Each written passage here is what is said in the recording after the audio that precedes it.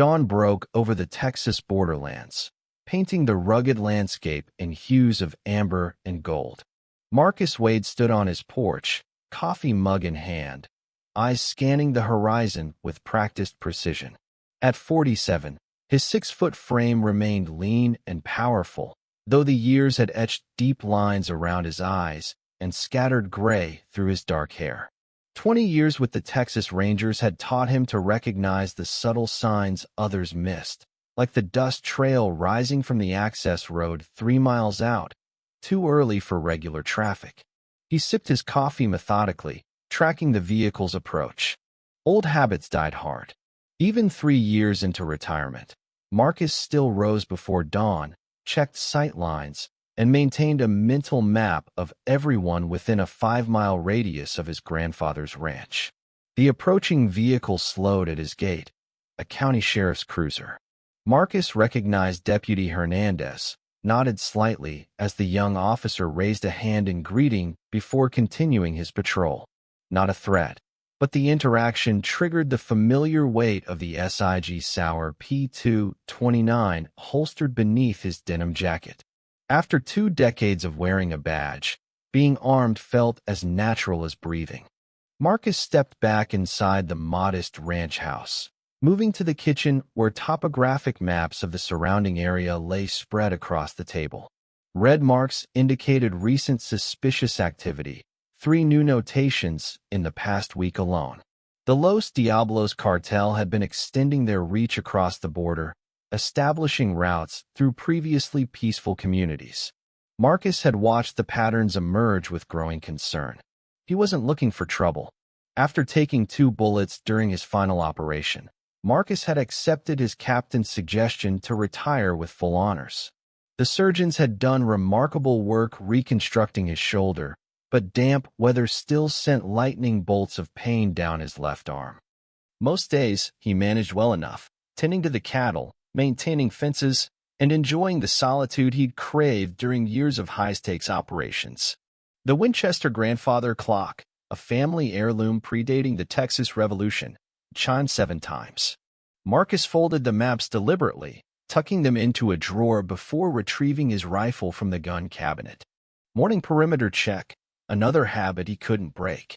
He stepped outside, inhaling the scent of mesquite and dry earth, feeling the familiar calm that came with routine. His boots crunched across the gravel as he walked toward the barn, where his gelding, Thunder, nickered in greeting. The horse had been his splurge after retirement, a quarter horse with intelligence that matched his speed. Marcus saddled him with practiced efficiency, fingers working through motions performed thousands of times. "Let's ride the north fence today," he murmured, swinging into the saddle with fluid grace that belied his age and injuries. As they rode, Marcus's mind drifted to his ranger days. He'd specialized in cartel operations, infiltration, intelligence gathering, and high-risk arrests. His record included 12 major busts, each dismantling significant pieces of cartel infrastructure. The last operation should have been his crowning achievement. Months of undercover work culminating in the arrest of Diego Vargas, a mid-level drug distributor with direct ties to Los Diablos leadership. Instead, it had ended with betrayal, gunfire, and Marcus bleeding out in the dirt while Vargas escaped. Internal affairs had cleared him of wrongdoing, but the leak had never been officially identified. That unfinished business had left a bitter taste that 3 years of borderland sunsets hadn't quite washed away. Thunder's ears suddenly pricked forward, breaking Marcus from his reverie. The horse had sensed something beyond the ridge line. Marcus immediately shifted his weight, guiding Thunder behind an outcropping of rocks as he scanned the horizon. Years of training had taught him to trust the horse's instincts. Reaching into his saddlebag, Marcus retrieved a compact pair of binoculars. He surveyed the landscape methodically, quartering each section with professional precision. There, at the northern boundary where his property met Miguel Alvarez's land, movement. 2 men examining the fence line, their posture suggesting they weren't ordinary ranch hands. Their tactical positioning, maintaining sight lines while minimizing exposure, spoke of military or cartel training.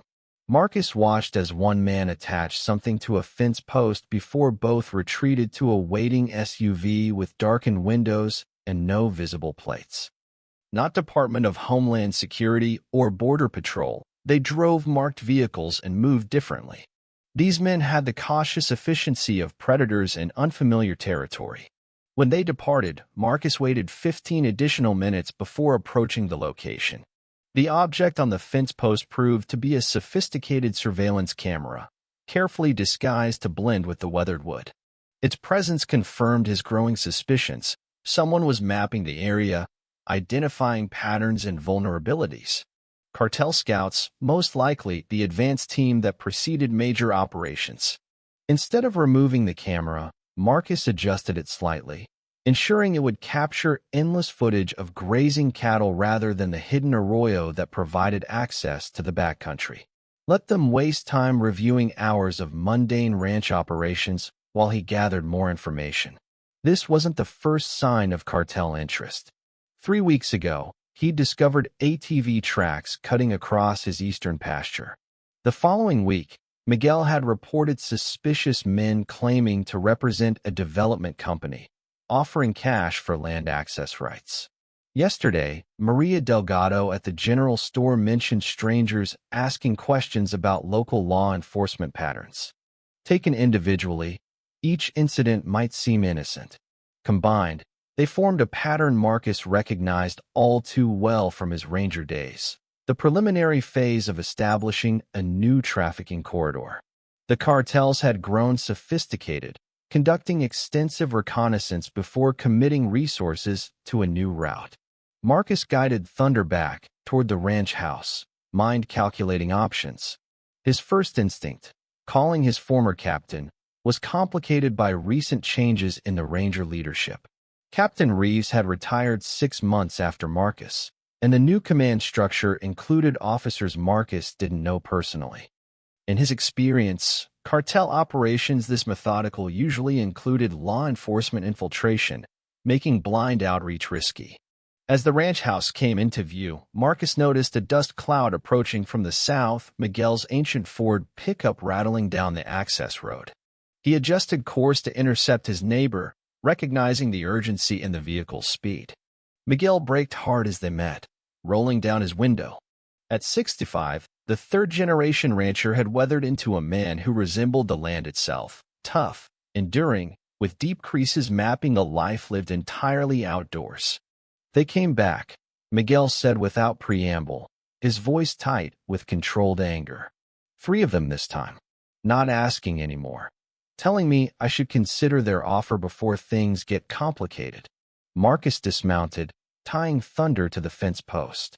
Did they identify themselves? Called themselves investors. Said their company specializes in undervalued border properties. Wore city clothes, but had cartel hands, calloused in the wrong places. Miguel shook his head.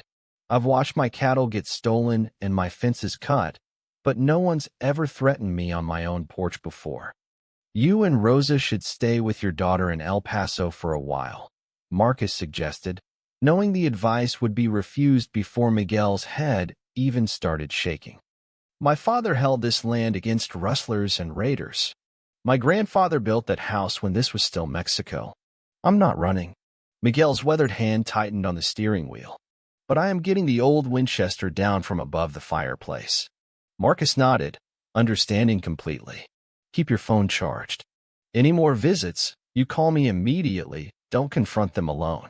After Miguel departed, Marcus continued toward the house, mind shifting to ranger mode, assessing threats, calculating responses, identifying vulnerabilities. Inside, he moved directly to the second bedroom he converted to an office, unlocking a fireproof cabinet hidden behind a false panel. The files inside represented 2 decades of cartel intelligence, information officially submitted to Ranger headquarters but personally archived by Marcus after too many cases were compromised. He extracted records on Los Diablos, reviewing their traditional territories, leadership structures, and tactical patterns. Los Diablos had evolved from a small-time smuggling operation to a sophisticated criminal enterprise under the leadership of Eduardo Vega, a former Mexican Special Forces officer. Their signature was elaborate planning, extensive reconnaissance, precise execution, and brutal efficiency.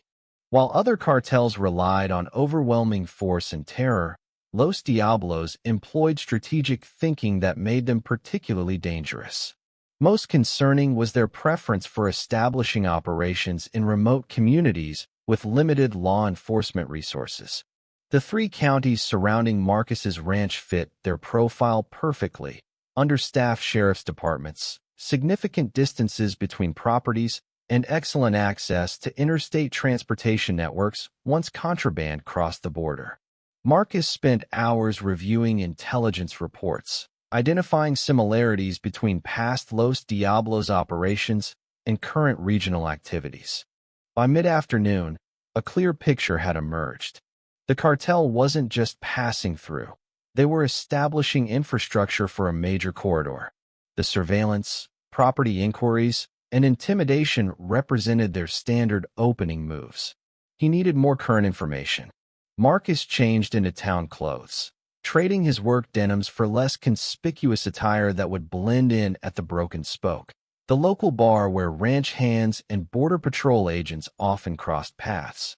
Before departing, he secured the house methodically, setting up subtle indicators that would reveal if anyone entered during his absence.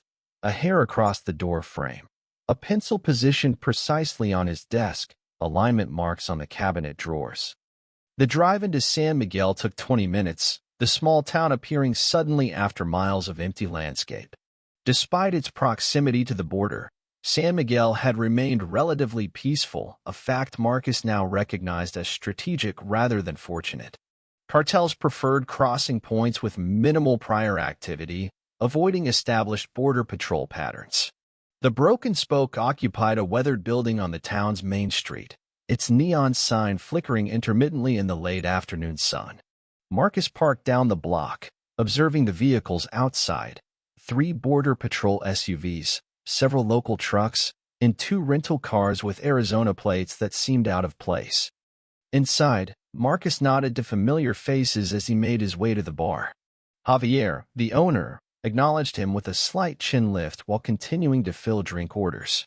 Marcus claimed a corner stool that offered clear sight lines to both the entrance and the rear exit. Ordering a single beer he would nurse through the evening. Busy afternoon, Marcus commented when Javier eventually worked his way down the bar. New faces, Javier confirmed, wiping condensation from the counter. Some asking more questions than tourists usually do. Marcus followed the bartender's subtle glance toward a booth where 3 men in business casual attire sat reviewing documents.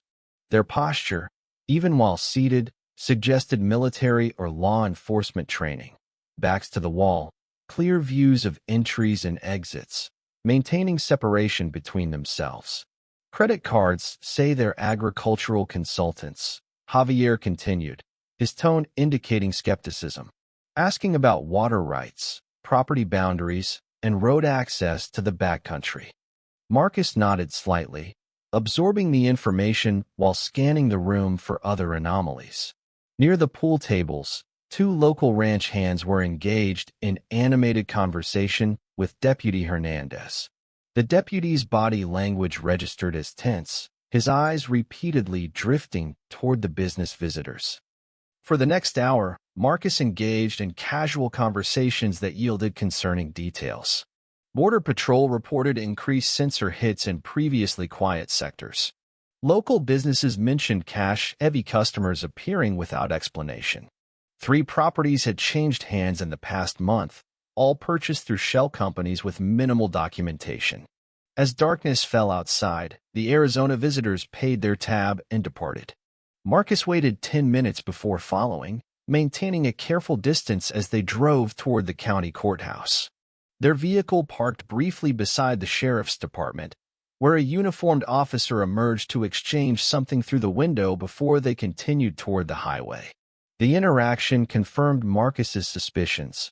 Los Diablos had established law enforcement connections within the county. The cartel's playbook typically included strategic corruption rather than random bribes, identifying officers with leverage points and gradually compromising them. Returning to the ranch, Marcus drove without headlights for the final mile, approaching from an unexpected angle to reveal any surveillance. Satisfied the property remained secure, he entered the house and immediately checked his hidden indicators, all undisturbed. At his desk, Marcus began organizing information methodically, creating a map of suspicious activities throughout the region. The pattern that emerged suggested Los Diablos was establishing a major operation, not just a transit corridor, but potentially a distribution hub for the entire Southwest. The scope exceeded what he could address alone. Marcus needed allies, trusted contacts from his ranger days who operated outside official channels. He reached for his secure phone, then hesitated, remembering his final operation. The ambush that nearly killed him had required insider knowledge. Someone with access to ranger operations had betrayed him. Trust had to be rebuilt carefully. Before making any calls, Marcus needed to establish his own intelligence network. He would begin with Miguel and other neighboring ranchers, creating a communication system to monitor cartel movements. Next, he would identify which local law enforcement officers remained uncorrupted. Finally, he would carefully test former contacts to determine who could still be trusted. As he formulated his plan, Marcus felt a familiar clarity of purpose. The weight of his ranger badge was gone, but the oath remained, to protect his community against all threats. Los Diablos had selected this territory assuming they would find only scattered, vulnerable ranchers. Instead, they had unknowingly entered the domain of a man who had spent 20 years hunting organizations exactly like theirs. Marcus Wade moved to the gun cabinet, unlocking it to reveal an arsenal that would have impressed his former colleagues. Each weapon represented specialized tactical options: the precision rifle for surveillance operations, the tactical shotgun for close encounters, the subcompact pistols for concealed carry. He began methodically checking each one, cleaning mechanisms that were already immaculate. Tomorrow, he would begin countermeasures. Tonight, he prepared. The familiar routines centered him: oil on metal, precise movements, mechanical certainty. Los Diablos had spent weeks gathering intelligence on the region. They had identified vulnerable properties, established surveillance, and corrupted local officials. What they didn't realize was that Marcus had been watching them watching him, gathering his own intelligence with the patience and precision that had made him a legendary ranger. They were preparing an elaborate trap. Marcus intended to be ready when it closed, not as the prey they anticipated, but as the predator they hadn't recognized. As he worked, the pain in his shoulder receded, replaced by a focused determination he hadn't felt since wearing the badge. In 3 years of retirement, Marcus had found peace in the rhythms of ranch life. Now, as an invisible war approached his community, he rediscovered his purpose. The Los Diablos cartel had made a critical error in their meticulous planning. They had calculated every variable except one. The quiet rancher with the watchful eyes had spent his entire career dismantling operations exactly like theirs.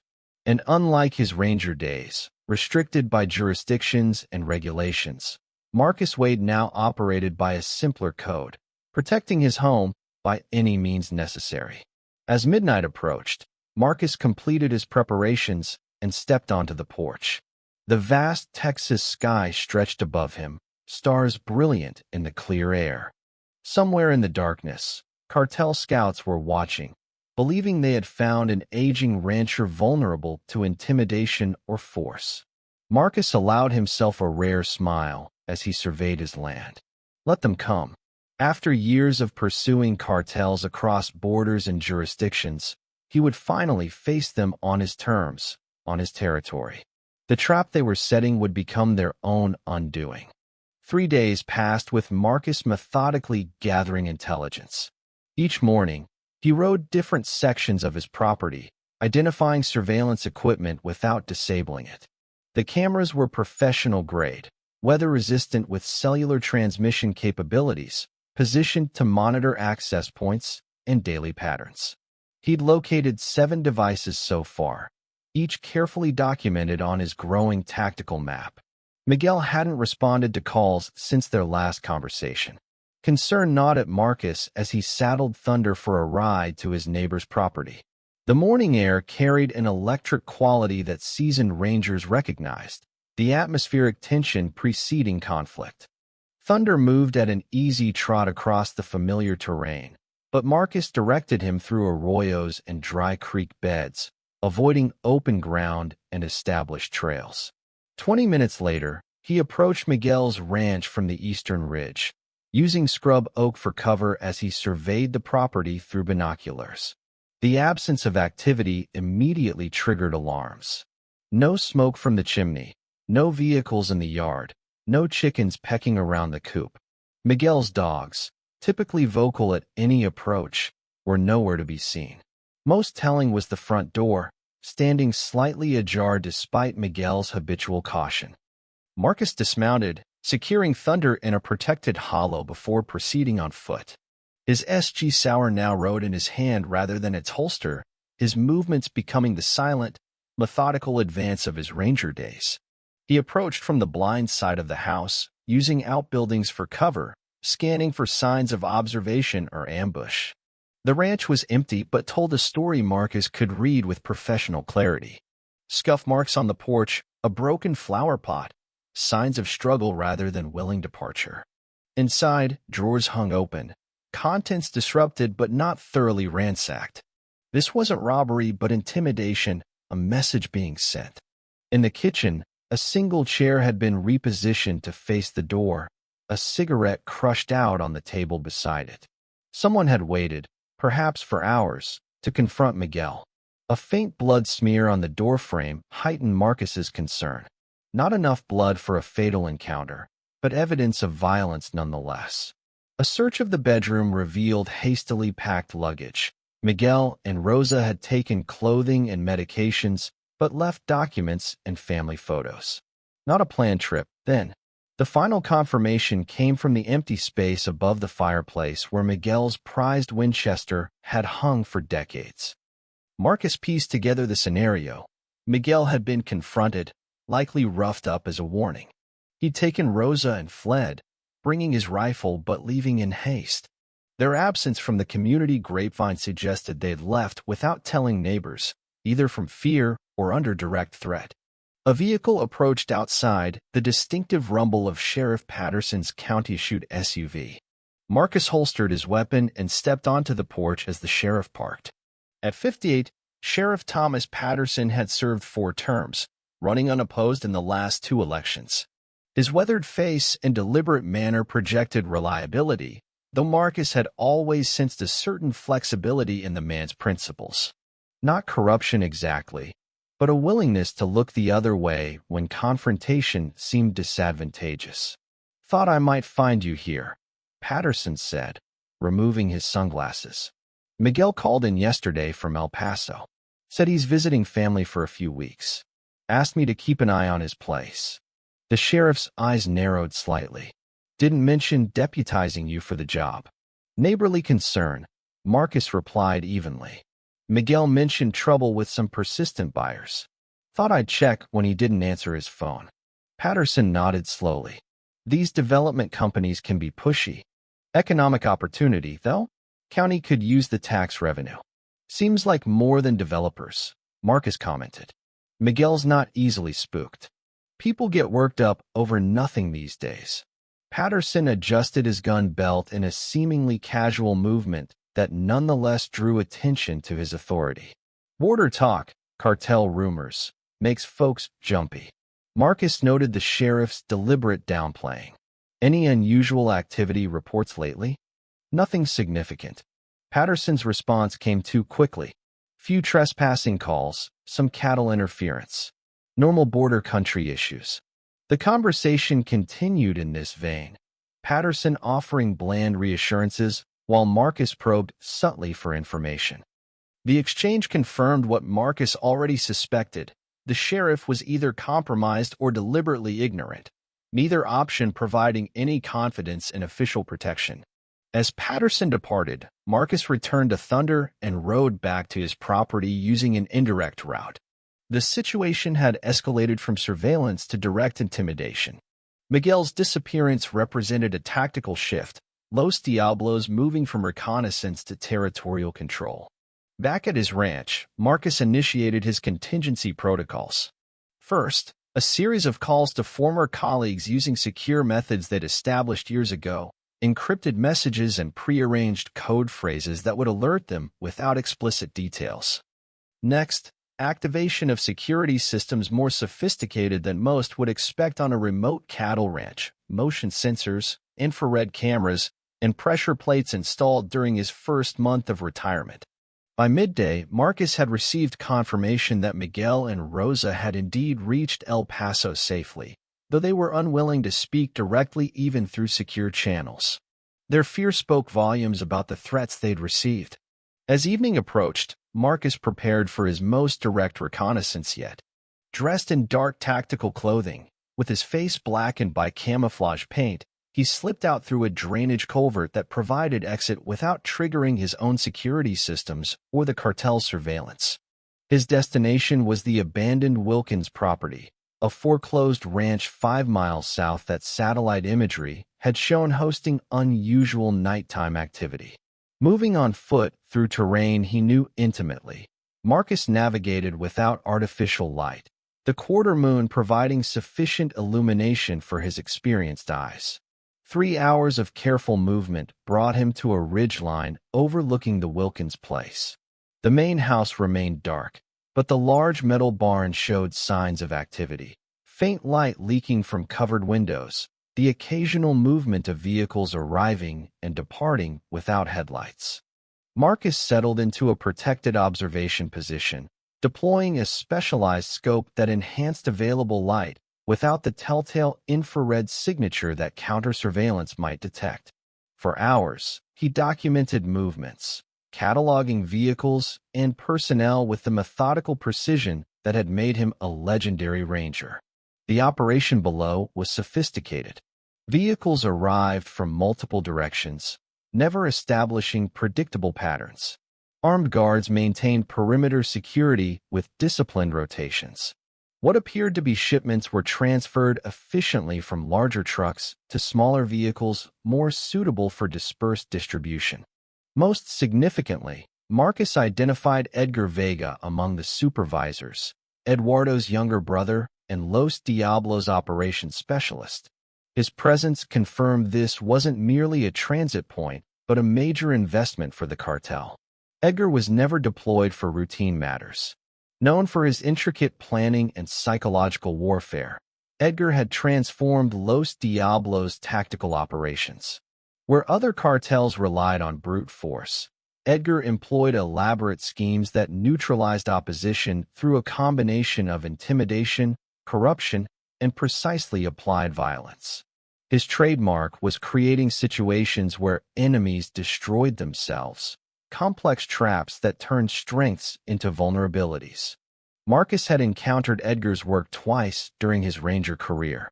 Both operations had gone badly, not through lack of preparation, but because Edgar consistently anticipated standard law enforcement responses. The man thought several moves ahead, setting cascading traps that became apparent only after they'd been triggered. Around 3 a.m., activity at the barn increased dramatically. Marcus documented the arrival of a semi-truck with logistics company markings, a common cartel tactic for moving large shipments. What emerged during unloading, however, wasn't the expected drug packages, but weapons, military-grade arms being distributed to waiting vehicles.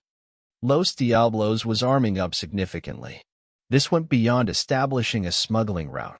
They were preparing for potential conflict, creating weapons caches throughout the region. The scale suggested preparation for territory seizure, establishing dominance through overwhelming force if their preferred methods of corruption and intimidation proved insufficient. As dawn approached, Marcus withdrew, taking a circuitous route back to his property. His mind processed the intelligence with professional detachment, but beneath this calm analysis, a cold anger took root. Los Diablos wasn't just passing through. They were preparing to take control of the entire county, threatening everything and everyone Marcus had sworn to protect. Back at the ranch, Marcus encrypted his observations and transmitted them through secure channels to 3 trusted former colleagues: a DEA agent in El Paso, a federal prosecutor in San Antonio, and a ranger captain in Austin. The message included a critical warning. Local law enforcement was compromised, requiring any response to bypass standard jurisdictional protocols. After sending the intelligence, Marcus caught 2 hours of sleep before beginning his regular routines, maintaining appearances while his mind formulated strategy. A cartel observer would see only a retired ranger going about his ranch business, unaware of the gathering storm. By mid-morning, Marcus received the first response from his network, the DEA agent confirming that his information aligned with other intelligence suggesting Los Diablos was establishing a major distribution hub in the region. Federal resources were stretched thin, however, with higher priority operations claiming immediate attention. Official assistance would be delayed by weeks at minimum. The prosecutor's response carried similar warnings. While the evidence was compelling, jurisdictional complexities and the compromise of local law enforcement created procedural obstacles. Building a federal case would require time and additional intelligence gathering. The ranger captain's message was most troubling. Internal security concerns had emerged within the Rangers themselves after several operations against Los Diablos were compromised. A confidential investigation was underway, but operational security required limiting information sharing, even with trusted former members. The messages confirmed what Marcus had suspected. Official channels were either unavailable or dangerously compromised. Any immediate action would be his responsibility alone. Around noon, an unexpected visitor arrived, Maria Delgado from the general store, her ancient pickup raising dust as it approached. In her 60s, Maria served as the community's unofficial information hub, her store the gathering place where locals exchanged news and gossip. "Thought you should know," she said without preamble when Marcus met her at the gate. "Strange men asking about you specifically. Wanted to know about your routines, whether you still had ranger connections, if you received many visitors." "What did you tell them?" Marcus kept his tone casual. "That you're a private man who pays his bills and helps neighbors in need." Maria's expression hardened. "Said you mostly keep to yourself, which isn't exactly a lie. Appreciate the discretion. These aren't ordinary outsiders, Marcus." Maria lowered her voice despite the empty landscape surrounding them. "People are scared. 3 families packed up last week. Sheriffs suddenly flush with cash for new vehicles. Something very wrong is happening." Marcus nodded. "Might be good for you to visit that niece in Houston for a while." "Already packed." Maria's eyes reflected a lifetime on the frontier. "My father and grandfather didn't bow to bandits, but they also knew when to make strategic withdrawals." She pressed a folded paper into his hand. "Names of people you can trust, and those you can't." After Maria departed, Marcus reviewed her list. It largely confirmed his own assessments, with 2 surprising additions to the compromised column: Deputy Hernandez, who he'd considered clean, and Judge Williams, whose corruption represented access to search warrants and legal proceedings. The scope of Los Diablos' infiltration was more extensive than he'd initially estimated. They hadn't just compromised a few officers, they'd established systematic control of key legal infrastructure. Any evidence Marcus gathered would be routed to corrupted officials. Any official response would be telegraphed in advance. Late afternoon brought the first direct probe of his defenses. A black SUV with government plates stopped at his gate. 2 men in plausible, but not quite authentic federal windbreakers approaching with clipboards. Their cover story involved agricultural inspections, but their eyes scanned tactical positions and security measures rather than anything related to cattle or crops.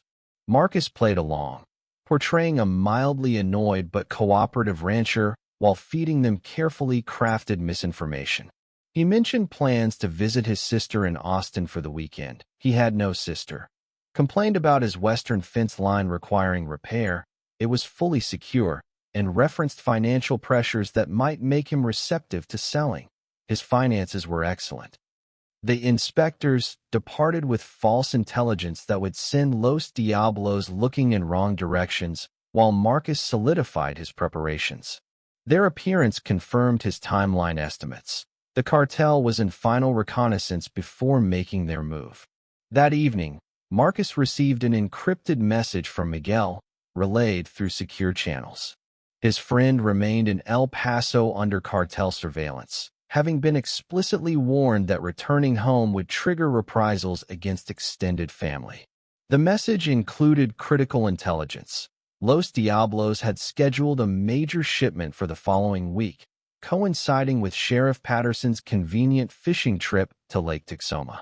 Marcus now had a time frame for their operation. The pieces aligned with Edgar Vega's typical approach: establish infrastructure, neutralize potential opposition through corruption or intimidation, then rapidly scale up operations during a predetermined window.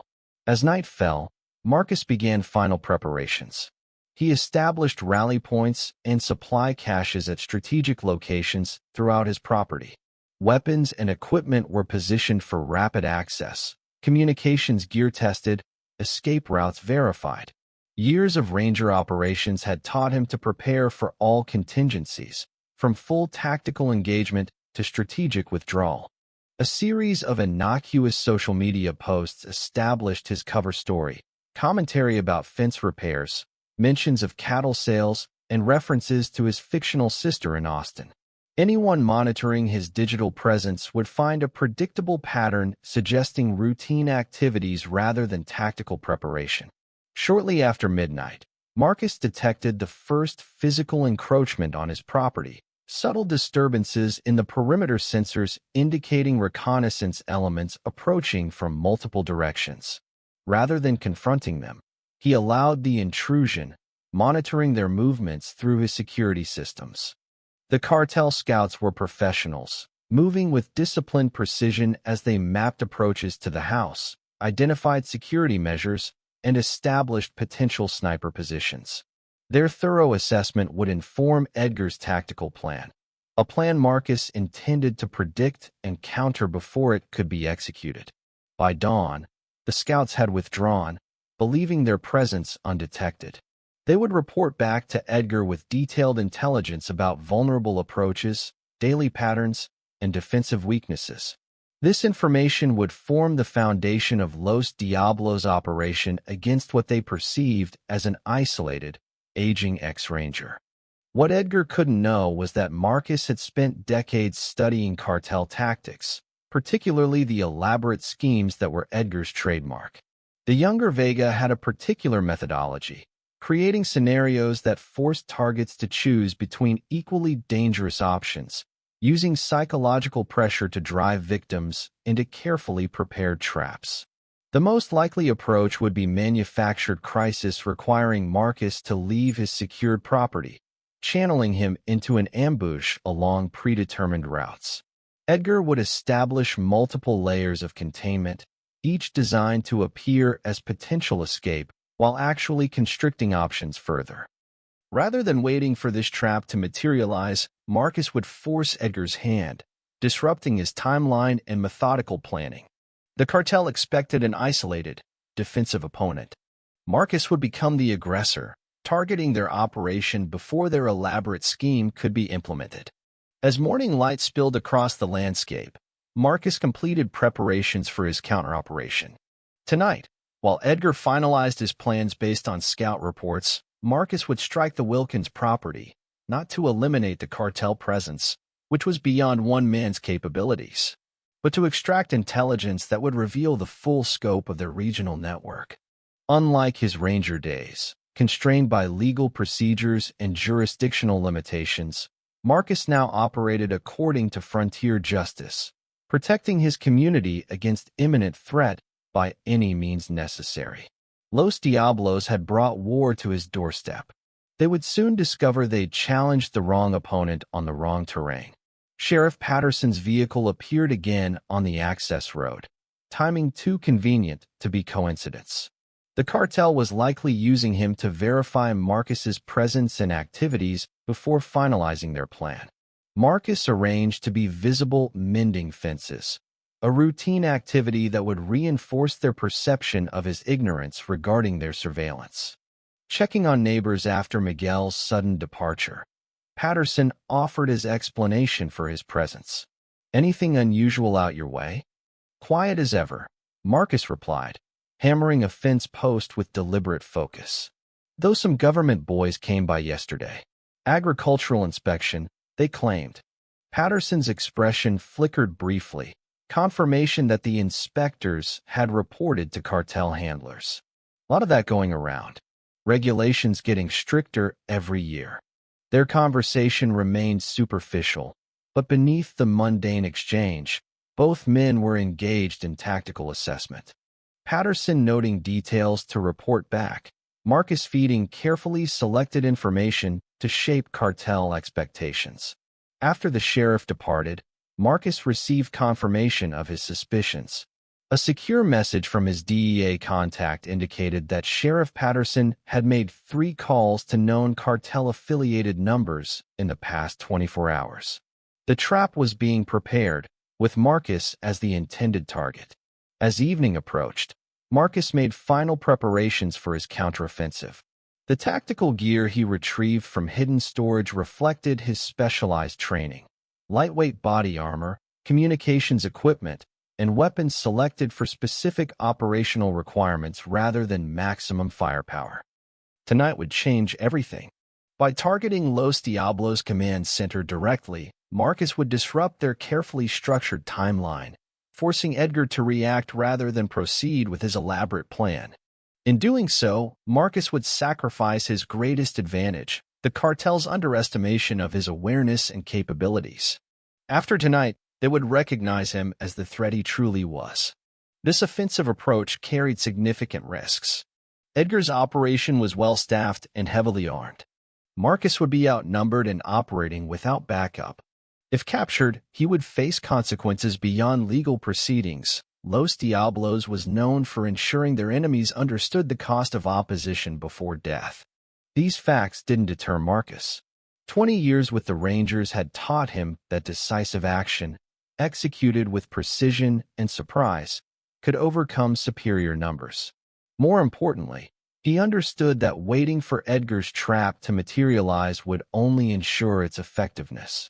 Marcus hadn't survived 2 decades hunting cartels by playing defense. Darkness settled over the borderlands as Marcus moved through the landscape like a ghost, leaving no trace of his passage.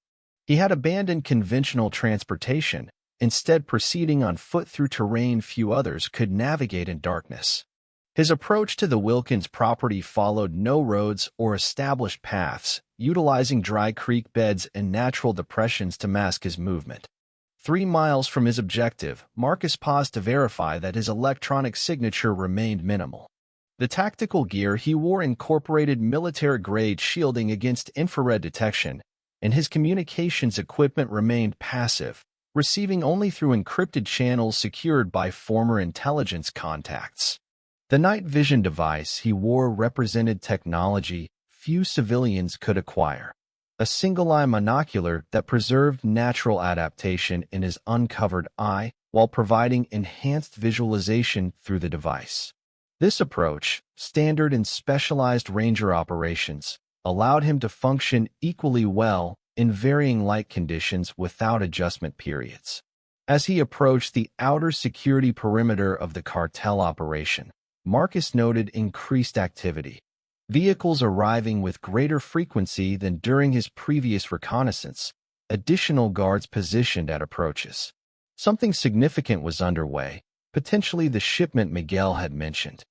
Rather than attempting to penetrate the heightened security directly, Marcus established an observation position on the eastern ridge, where natural rock formations provided both concealment and defensive positioning.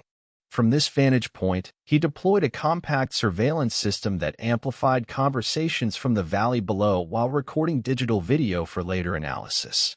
The operation unfolding validated his assessment. Los Diablos wasn't merely establishing a waypoint, but a regional command center.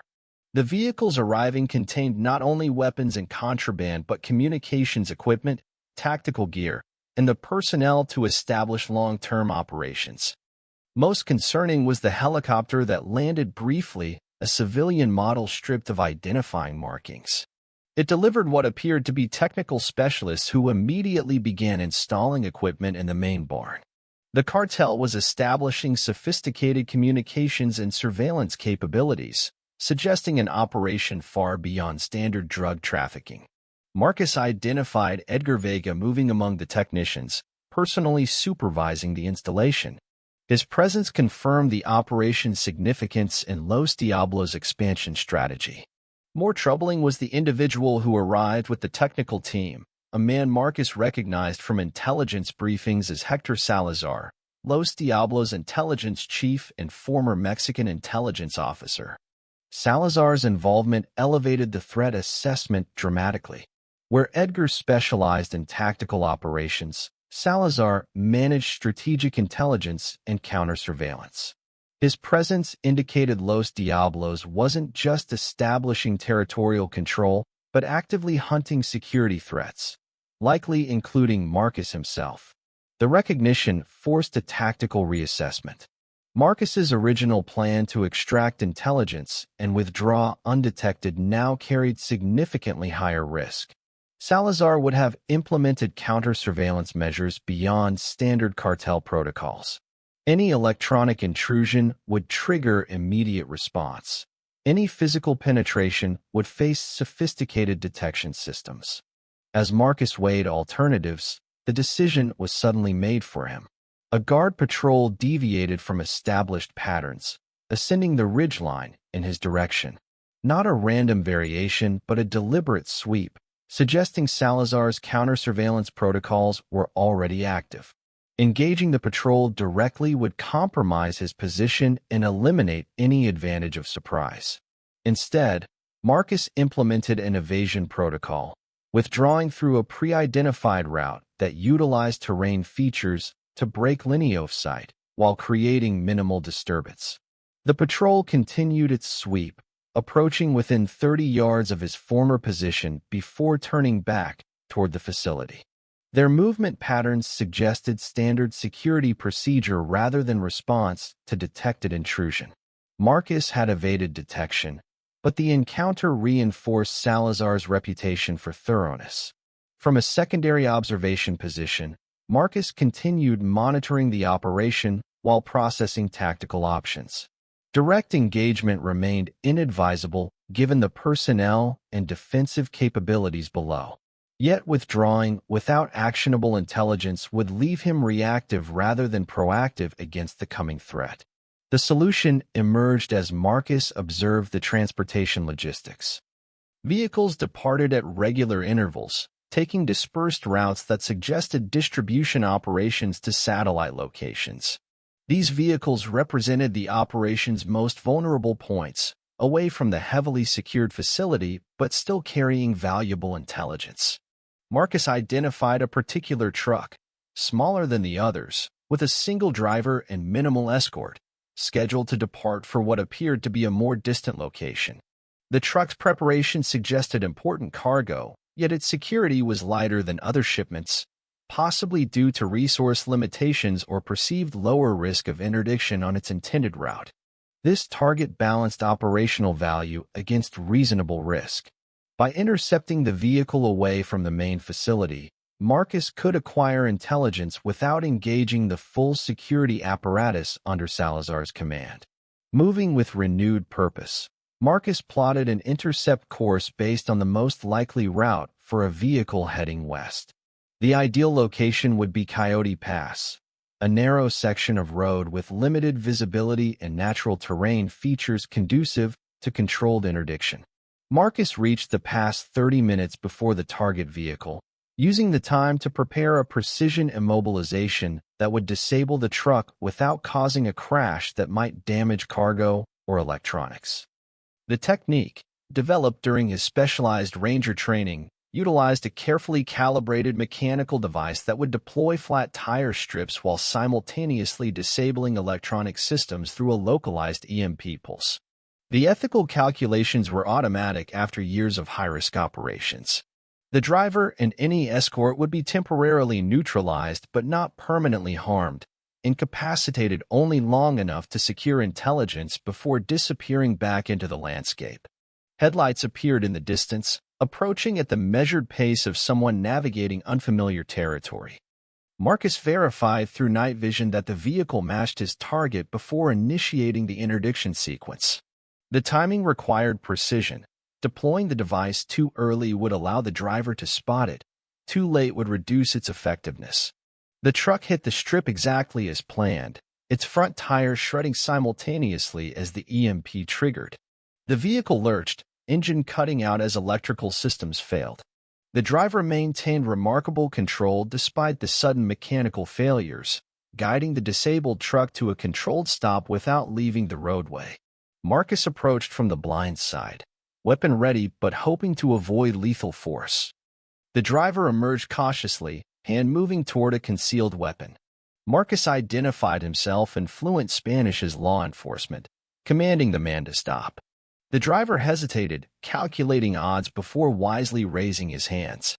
A rapid security check revealed no additional personnel, unusual for cartel operations but consistent with the lower-profile nature of this particular shipment. Marcus secured the driver efficiently, using restraints that would eventually allow self-release after several hours, by which time Marcus would be long gone. The truck's cargo exceeded expectations, not drugs or weapons but electronic equipment and documentation. Among the equipment, Marcus identified specialized surveillance gear designed to monitor communications across multiple frequencies. The documentation included what appeared to be personnel files, intelligence profiles on local officials, property owners, and law enforcement. Most significant was an encrypted laptop secured in a specialized case. This represented potentially the most valuable intelligence source, likely containing operational details that would reveal Los Diablos' broader strategy and timeline. Marcus worked methodically despite the pressure of time, photographing documentation before returning it to original positions, extracting data storage devices that could be analyzed later, and securing the laptop for transport. His objective was not only gathering intelligence but doing so without immediately alerting Los Diablos to the specific information compromised. The operation was proceeding efficiently until headlights appeared on the horizon, a vehicle approaching rapidly from the direction of the Wilkins property. Not scheduled transportation but likely response to missed check-in communications from the hijacked truck. Marcus accelerated his timeline, completing essential intelligence collection before implementing his extraction plan. Rather than engaging the approaching security team directly, he utilized terrain features to break line of sight while creating misleading evidence suggesting the driver had encountered mechanical failure and attempted repairs before being intercepted by law enforcement. This deception would temporarily direct cartel resources toward official channels, checking arrest records and monitoring law enforcement communications, rather than immediately suspecting a targeted intelligence operation. The confusion would buy critical time for Marcus to analyze the acquired data before Los Diablos realized the specific nature of the compromise. Moving through the darkness with the secured laptop and intelligence materials, Marcus maintained communication discipline despite the temptation to immediately alert his network. Any transmission might be detected by the sophisticated monitoring equipment he'd observed at the facility. Analysis would need to wait until he reached a secure location with appropriate countermeasures against electronic surveillance. 3 hours of careful movement brought Marcus to one of his pre-established rally points, a hunting blind constructed years earlier on public land, situated where cellular and radio signals were naturally blocked by terrain features. Here, he could begin preliminary analysis of the intelligence without risk of electronic detection. The laptop presented immediate challenges, with encryption beyond standard cartel protocols. This level of security suggested involvement of Salazar's intelligence background, possibly utilizing methods acquired during his government service. Marcus employed specialized decryption software provided by his federal contacts, initiating a process that would require several hours to penetrate even the outer security layers. While the decryption processes ran, Marcus reviewed the photograph documentation. The personnel files revealed the extent of Los Diablos' intelligence gathering, detailed profiles of every significant property owner, government official, and law enforcement officer in a 3-county radius. Each profile included vulnerability assessments, financial pressures, family connections, personal compromises that could be leveraged for cooperation or compliance. Marcus found his own profile, notably thinner than others, but still disturbing in its accuracy.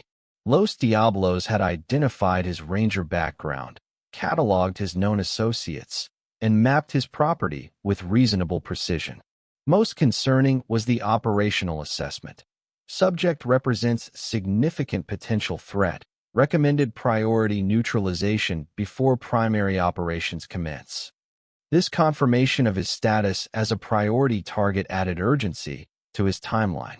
Los Diablos wasn't simply planning to establish operations in the region.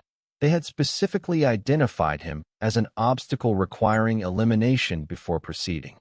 The elaborate trap he had anticipated was indeed being prepared, with resources and planning appropriate to the threat assessment. By dawn, the decryption software had penetrated enough security layers to extract fragmentary data. What emerged was confirmation of Marcus's worst assessment.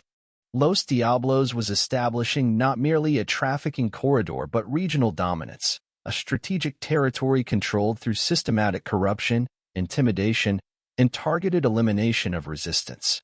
The operational timeline showed careful sequencing, with Phase 1, Infrastructure and Intelligence, nearing completion. Phase 2, Neutralization of Priority Threats, was scheduled to commence within 48 hours. Marcus's name headed the threat list, with tactical planning assigned directly to Edgar Vega. Specific operational details remained encrypted behind additional security layers, but the general approach was clear. Edgar was planning something elaborate. Not a simple assassination, but a scenario designed to draw Marcus into the open through manufactured crisis, utilizing psychological pressure to force predictable responses. As Marcus processed this intelligence, his secure satellite phone vibrated with an incoming message, Miguel, communicating through their established emergency protocol. The message was brief but revelatory. "They've taken Rosa. Claim they'll release her when I provide information about your routine and security. Deadline 6 p.m. today." The scenario crystallized with cold clarity. Edgar had escalated beyond preparation to active operations, using Miguel's wife to create exactly the kind of emotional leverage that might force Marcus into hasty action. It represented the first move in what would undoubtedly be a multi-layered trap. The timing aligned with intelligence from the partially decrypted files. Phase 2 activation had been accelerated, likely in response to the intercepted truck. Salazar would have recognized the security breach as professional rather than random, immediately identifying Marcus as the probable source and advising immediate countermeasures. This development compressed Marcus's timeline drastically. He had anticipated having 48 hours to analyze intelligence and formulate response strategies. Instead, he faced immediate crisis requiring decisive action within hours. Miguel's dilemma represented an impossible choice: betray a friend or sacrifice his wife. Marcus refused to accept either outcome. He sent a brief, encrypted response. "Provide requested information. I'll handle the consequences. Trust me." The instruction might seem counterintuitive, even reckless, deliberately allowing the cartel to receive accurate intelligence about his security and routines. Yet it represented Marcus's first countermove in the developing chess match with Edgar Vega. By allowing Miguel to provide genuine information, Marcus would shape cartel expectations in ways he could anticipate and exploit. Returning to his ranch required careful approach given the likelihood of increased surveillance. Rather than proceeding directly, Marcus utilized a network of drainage culverts that connected his property to adjacent public lands, emerging in his barn through an access point invisible to external observation. Inside his secure room, Marcus completed analysis of the intelligence while formulating response strategy.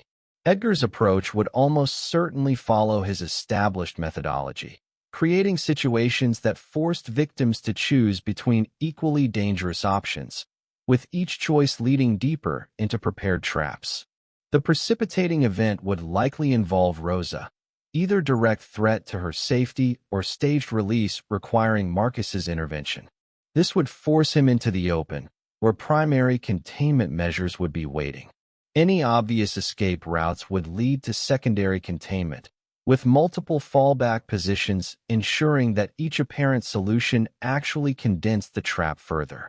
Rather than attempting to evade this elaborate scenario, Marcus would allow it to unfold, appearing to follow Edgar's script while actually implementing counters at critical junctures. By understanding the trap's architecture, he could identify its control points and vulnerabilities. The first step required prep work that would remain invisible to surveillance. Marcus accessed hidden compartments throughout his property, activating pre-positioned equipment that would appear dormant to external observation until triggered by specific signals. Next, he established communication with his network using methods invisible to even sophisticated monitoring. Prearranged signals through seemingly innocuous channels that would alert federal contacts to his situation without revealing operational details. These communications included deadman switches that would automatically release all gathered intelligence to federal agencies if Marcus failed to reset them at specified intervals. By mid-morning, Marcus had implemented core countermeasures and began visible activities designed to reinforce cartel expectations. He performed regular ranch maintenance, made routine supply runs to town, and engaged in normal communications, all while appearing slightly distracted, as would be natural for someone receiving troubling news about friends. In town, Marcus noticed immediate changes in local dynamics. The general store operated with subdued tension, regular customers completing transactions quickly without the usual social conversation. The sheriff's office had additional vehicles parked outside, including 2 SUVs with tinted windows and out-of-county plates. Even the normally jovial bartender at the Broken Spoke maintained uncharacteristic reserve, his eyes communicating silent warning when Marcus stopped for a seemingly casual lunch. The message was clear. Los Diablos had accelerated their timeline, establishing more visible presence while preparing for operational transition. The community sensed the shift, responding with the caution of frontier people who recognized dangerous currents but remained uncertain how to navigate them. Marcus leveraged this public appearance to spread specific misinformation, mentioning to several known gossips that he planned to check boundary fences the following morning, establishing expectations about his movements that would feed into cartel planning. He also made obvious purchases of supplies that suggested routine preparation rather than tactical readiness. Upon returning to his ranch, Marcus discovered the first direct probe of his defenses, subtle signs that intruders had approached the main house during his absence. They hadn't entered, instead focusing on documentation of external security measures and potential approaches. This perimeter reconnaissance suggested final preparation for direct action. As evening approached, Marcus received the anticipated message from Miguel. Los Diablos had released Rosa, but was maintaining surveillance on both of them in El Paso.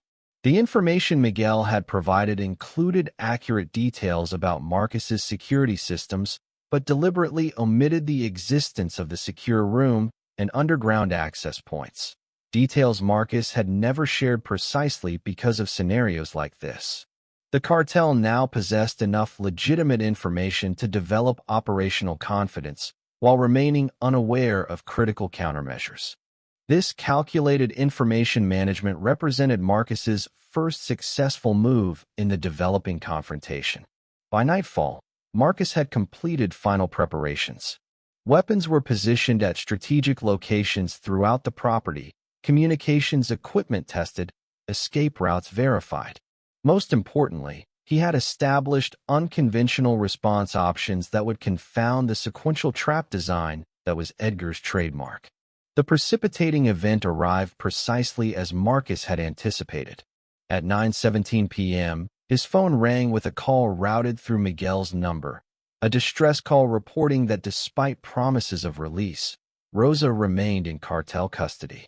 Miguel explained that he had been ordered to lure Marcus to a specific location for an exchange, his voice carrying the unmistakable tension of a man reading prepared text under duress.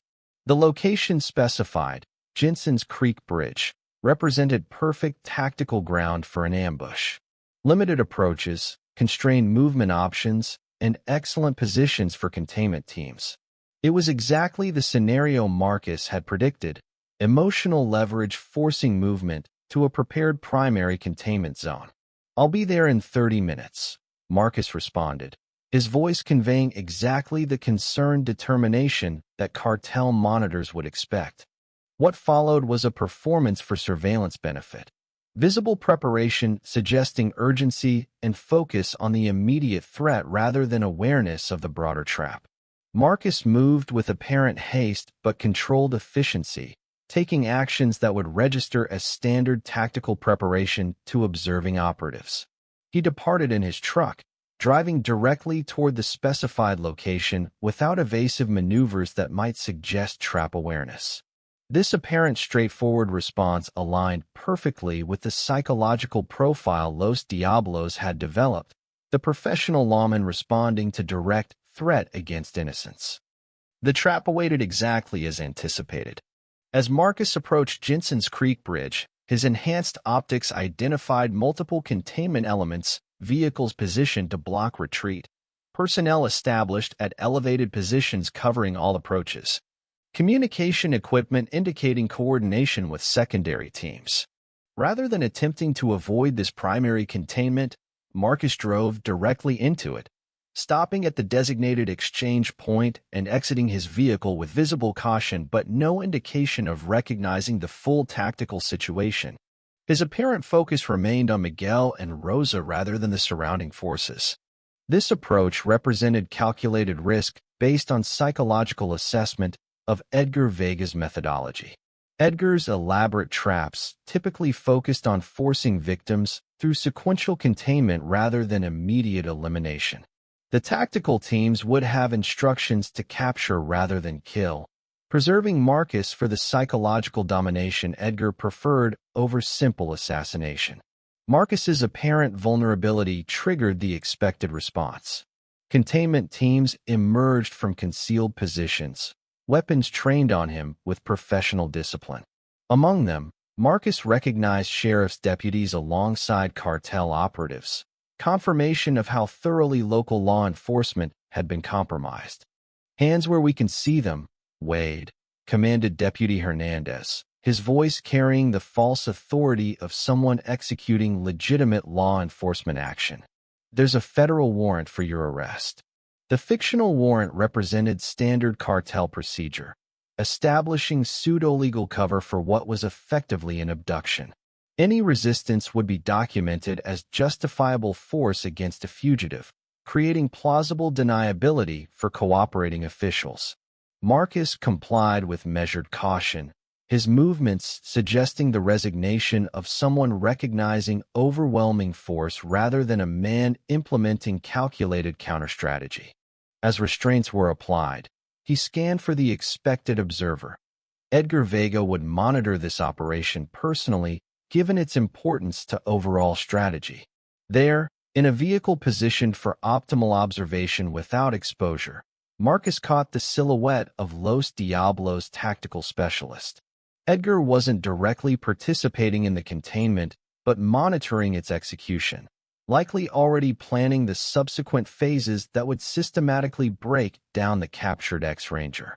What Edgar couldn't know was that Marcus had anticipated this scenario in specific detail, preparing countermeasures designed not to prevent capture, but to exploit it. The tracking devices concealed in his boot heels and belt remained undetected by standard searches. The seemingly surrendered phone had transmitted location data to secure servers accessible to federal contacts before being confiscated. Most importantly, Marcus's apparent capture triggered automated protocols, equipment activating throughout his property, intelligence packages transmitting to federal agencies, and alert signals reaching trusted contacts. While Edgar believed he was executing the first phase of an elaborate psychological operation, he was actually initiating the collapse of his entire regional network. Marcus was secured in an unmarked SUV with blacked-out windows, Deputy Hernandez providing the law enforcement facade while actual control remained with the stone-faced cartel operative in the driver's seat. As they departed Jensen's Creek, Marcus noted their direction, not toward any official detention facility, but into remote ranch country where Los Diablos had established operational security. The vehicle traveled for approximately 40 minutes, taking indirect routes designed to disorient passengers. Marcus tracked their progress through mental mapping, identifying their destination as the abandoned Coleman property, a remote location with existing structures suitable for detention and interrogation, far from potential witnesses or interference. Upon arrival, Marcus was transferred to a secure room within the main house, a space prepared specifically for his arrival with restraint fixtures, monitoring equipment, and interrogation tools. The preparations confirmed his assessment of Edgar's intentions. Not immediate elimination, but psychological deconstruction, potentially leveraging Marcus's knowledge of regional law enforcement networks before disposing of him. "Comfortable, Ranger?" The voice came from the doorway, where Edgar Vega now stood observing his captive with clinical interest. Shorter than his brother Eduardo, but sharing the same calculating eyes, Edgar projected the calm confidence of someone accustomed to complete control of operational environments. "Been in worse accommodations," Marcus responded, his tone conveying professional respect rather than fear or bravado. This measured response represented deliberate psychological positioning, establishing himself as a worthy opponent rather than a typical victim. "I imagine so." Edgar entered fully, dismissing the guards with a subtle gesture. 20 years hunting cartels builds certain tolerances. Though I'm curious why such an experienced operator would walk so willingly into obvious containment. The question confirmed Edgar's confusion regarding Marcus's apparent surrender. The tactical specialist had expected more sophisticated evasion attempts, perhaps even prepared complex contingencies for them. Marcus's direct approach had triggered uncertainty, exactly as intended. "Miguel and Rosa are good people," Marcus replied simply, allowing Edgar to interpret his actions as emotional response rather than tactical calculation. Edgar studied him with renewed interest. "Loyalty, admirable but predictable. Your Ranger file suggested you prioritize innocence over operational security. Useful information." The interrogation room fell silent as Edgar considered Marcus's response. The tactical specialist moved with deliberate precision, circling his captive with the measured pace of a predator assessing prey. Yet something in his expression suggested uncertainty, the first crack in his operational confidence. "I've studied your career extensively," Edgar finally continued. 20 years with the Rangers. Specialized in cartel interdiction. 12 major operations against organizations similar to mine. Impressive record until that final mission. He paused, watching for reaction. "The one where you were shot twice while your target escaped." The official report cited unavoidable circumstances, but the internal review suggested a security breach. "Someone betrayed you." The reference to his final mission was calibrated to provoke emotional response, targeting what Edgar believed was psychological vulnerability. Marcus maintained neutral expression, neither confirming nor revealing that the mentioned betrayal had informed his current counter-strategy. "You've done your homework," Marcus acknowledged simply. "Thorough intelligence is the foundation of successful operations," Edgar replied. "Like knowing that beneath that calm exterior, you're calculating escape probabilities, assessing guard rotations, and mapping the facility layout.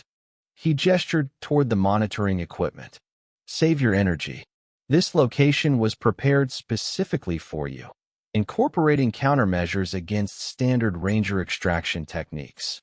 Marcus allowed a flicker of recognition to cross his features, not manufactured, but genuine appreciation for Edgar's thoroughness. The facility indeed showed sophisticated security consciousness, with surveillance coverage eliminating blind spots, reinforced entry points, and randomized guard rotations that prevented pattern recognition. What Edgar couldn't know was that escape had never been Marcus's objective. His voluntary surrender wasn't miscalculation but strategic positioning, placing himself at the center of Los Diablos' operation to implement disruption from within. Your reputation is well earned, Marcus commented, maintaining the professional dialogue Edgar had established.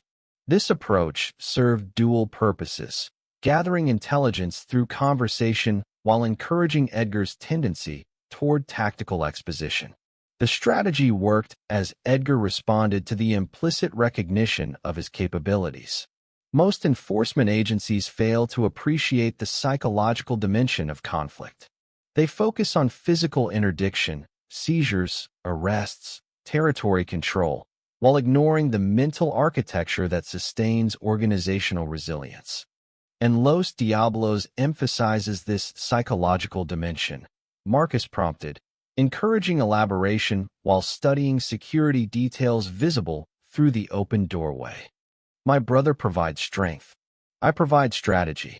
Edgar projected professional pride rather than arrogance. Eduardo understands force deployment, but true dominance requires more sophisticated leverage. Like this region, we could have simply eliminated opposition through direct violence. Instead, we've established systematic control through precisely calibrated pressure. This operational philosophy confirmed intelligence from the intercepted files. Los Diablos wasn't merely establishing trafficking routes but implementing territorial dominance through integrated corruption, intimidation, and targeted elimination of resistance. Their conversation continued in this vein, a professional exchange between tactical specialists that provided Marcus with critical insights while reinforcing Edgar's perception of psychological advantage. Each revelation about regional operations, corruption networks, and enforcement vulnerabilities was cataloged in Marcus's memory for later exploitation. Throughout the exchange, Marcus maintained physical positioning that appeared to result from restraints but actually preserved energy and prevented muscle cramping. Each subtle movement tested restraint tolerances while creating impression of discomfort for psychological benefit of observers. You understand, of course, that this conversation has specific purpose, Edgar eventually stated, shifting toward practical matters. Your Ranger background makes you valuable beyond simple elimination. You possess knowledge of federal response protocols, interagency connections, and enforcement vulnerabilities. This information would prove useful during our expansion phase. Assuming I would provide it, Marcus responded with professional skepticism rather than defiance. Edgar's smile carried genuine amusement. Everyone provides information eventually. The only variables are time and methodology. He gestured toward the monitoring equipment. But crude approaches would waste valuable expertise. I'm offering professional courtesy, cooperation in exchange for considerations. The offer was standard cartel procedure when dealing with captured law enforcement, establishing negotiation framework before implementing progressive pressure. Marcus had witnessed similar approaches during joint task force operations targeting cartel interrogation facilities. The pattern typically proceeded from professional dialogue through escalating discomfort to systematic degradation. What considerations? Marcus asked, appearing to engage with the premise while actually seeking operational details. Survival, primarily. Beyond that, certain accommodations could be arranged. Edgar maintained conversational tone despite the implicit threat. Your Ranger career ended poorly. The department you served failed to identify who betrayed you. Perhaps that creates room for alternative perspectives. The recruitment approach was unexpectedly sophisticated, targeting potential disillusionment rather than simple fear. It suggested Edgar had indeed studied Marcus's background thoroughly, identifying potential leverage points beyond physical vulnerability. Before Marcus could respond, a guard appeared at the doorway, speaking rapid Spanish, indicating urgent communication. Edgar excused himself with practiced courtesy that contrasted with the underlying circumstances, promising to continue their professional discussion after addressing operational matters. Left alone in the monitoring room, Marcus accelerated his counter-strategy implementation. The guards outside maintained visual observation but couldn't detect the subtle movements as he activated the first of several hidden devices concealed within his clothing and body.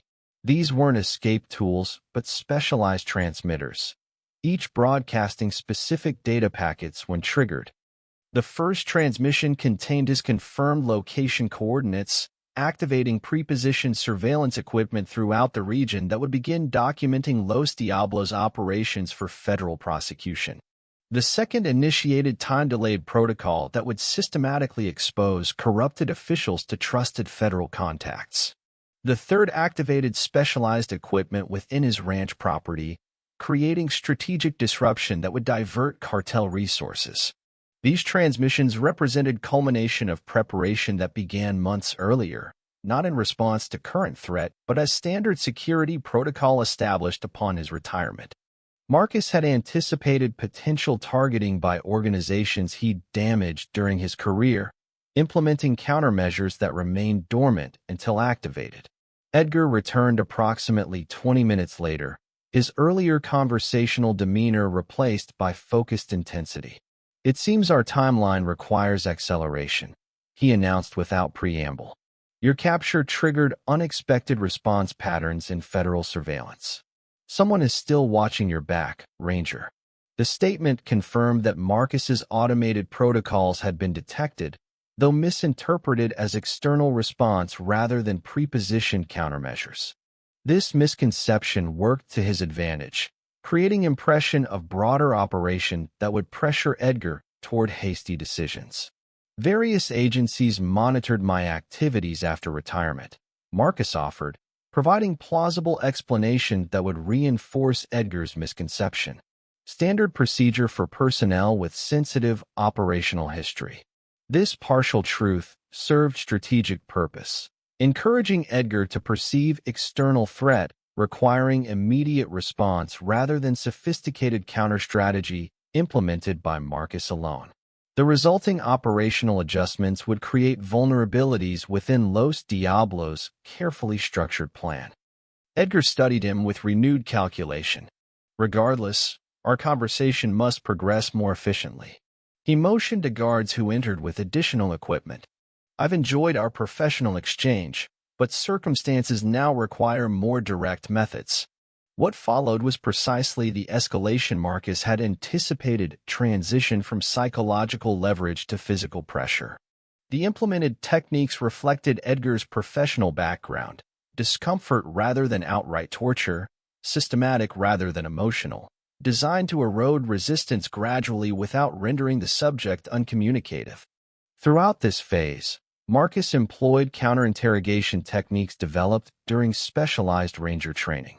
Rather than resisting completely, which would escalate pressure, he implemented calibrated response, revealing non-critical information at carefully timed intervals to create impression of progressive breakthrough. The information provided was combination of outdated intelligence, already compromised operational details, and carefully crafted misinformation that would divert Los Diablos' resources toward non-existent threats. Each apparent revelation was calculated to seem significant while actually serving Marcus's disruption strategy. This approach achieved multiple objectives simultaneously, maintaining his physical condition through managed pressure, establishing credibility pattern that would make subsequent misinformation more effective, and gathering additional intelligence through Edgar's responses to provided information. Most importantly, the controlled disclosure created impression of psychological dominance that encouraged operational complacency. With each apparent breakthrough, Edgar's team reduced security vigilance marginally, extending guard rotation intervals, expanding personal space around the prisoner, relaxing physical restraint protocols when moving between interrogation sessions. These incremental security reductions aligned with Marcus's counter-strategy timeline. Each minute brought automated protocols closer to activation, external surveillance closer to documentation thresholds required for federal intervention, and corrupted officials closer to exposure through triggered intelligence packages. During a brief period between interrogation sessions, Marcus implemented the next phase of his counter-strategy. The restraint vulnerabilities identified during previous hours were exploited not to escape, but to access additional hidden resources, specialized tools concealed within his body through methods that had defeated standard searches. These resources included compact signal disruptors that would create progressive communications degradation within the facility. Rather than sudden failure that would trigger immediate security response, the devices would cause intermittent malfunctions increasing over time, appearing as equipment failure rather than deliberate sabotage. Marcus also accessed chemical compounds that, when combined with ambient materials, would create environmental effects ranging from subtle respiratory irritation to progressive equipment corrosion. These environmental modifications would degrade operational effectiveness while remaining below threshold of immediate detection. When Edgar returned for the next interrogation phase, subtle changes had already begun affecting the facility, communications requiring repeated attempts, electronic monitoring experiencing synchronization issues, personnel demonstrating initial symptoms of environmental irritants. Each effect appeared unrelated to others, creating impression of coincidental equipment failures rather than systematic degradation. "Your federal contacts have been busy," Edgar commented, attributing the mounting issues to external interference rather than internal sabotage. 3 shipments intercepted in the past hour. Communications disruption across multiple channels. Someone is implementing coordinated interdiction. Marcus allowed measured surprise to show, reinforcing misconception that external agencies were implementing rescue operations. This interpretation served as strategy, encouraging resource diversion to external threat response rather than internal security enhancement. The Rangers never abandoned their own, Marcus suggested, leveraging Edgar's existing concerns while concealing the actual mechanics of the disruption. The statement triggered visible calculation as Edgar reassessed operational priorities. After brief internal deliberation, he made the decision Marcus had been orchestrating through progressive manipulation, ordering majority of security personnel to reinforce external operations while maintaining skeleton crew for prisoner control. This resource reallocation represented critical vulnerability in Los Diablos' security architecture, reducing facility defense to level that could be systematically neutralized through Marcus's remaining countermeasures.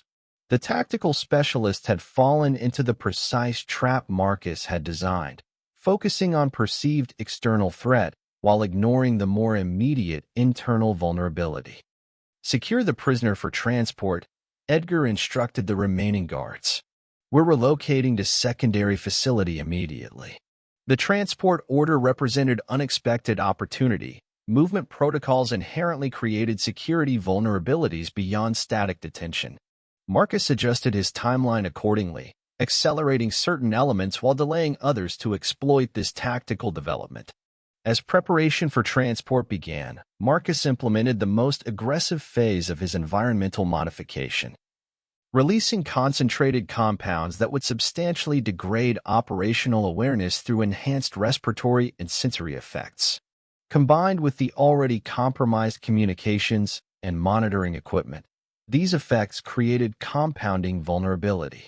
The transport team secured Marcus with standard protocols, reinforced restraints, vision obstruction, and movement restriction. What they couldn't detect was that each security measure applied actually provided access to additional hidden resources.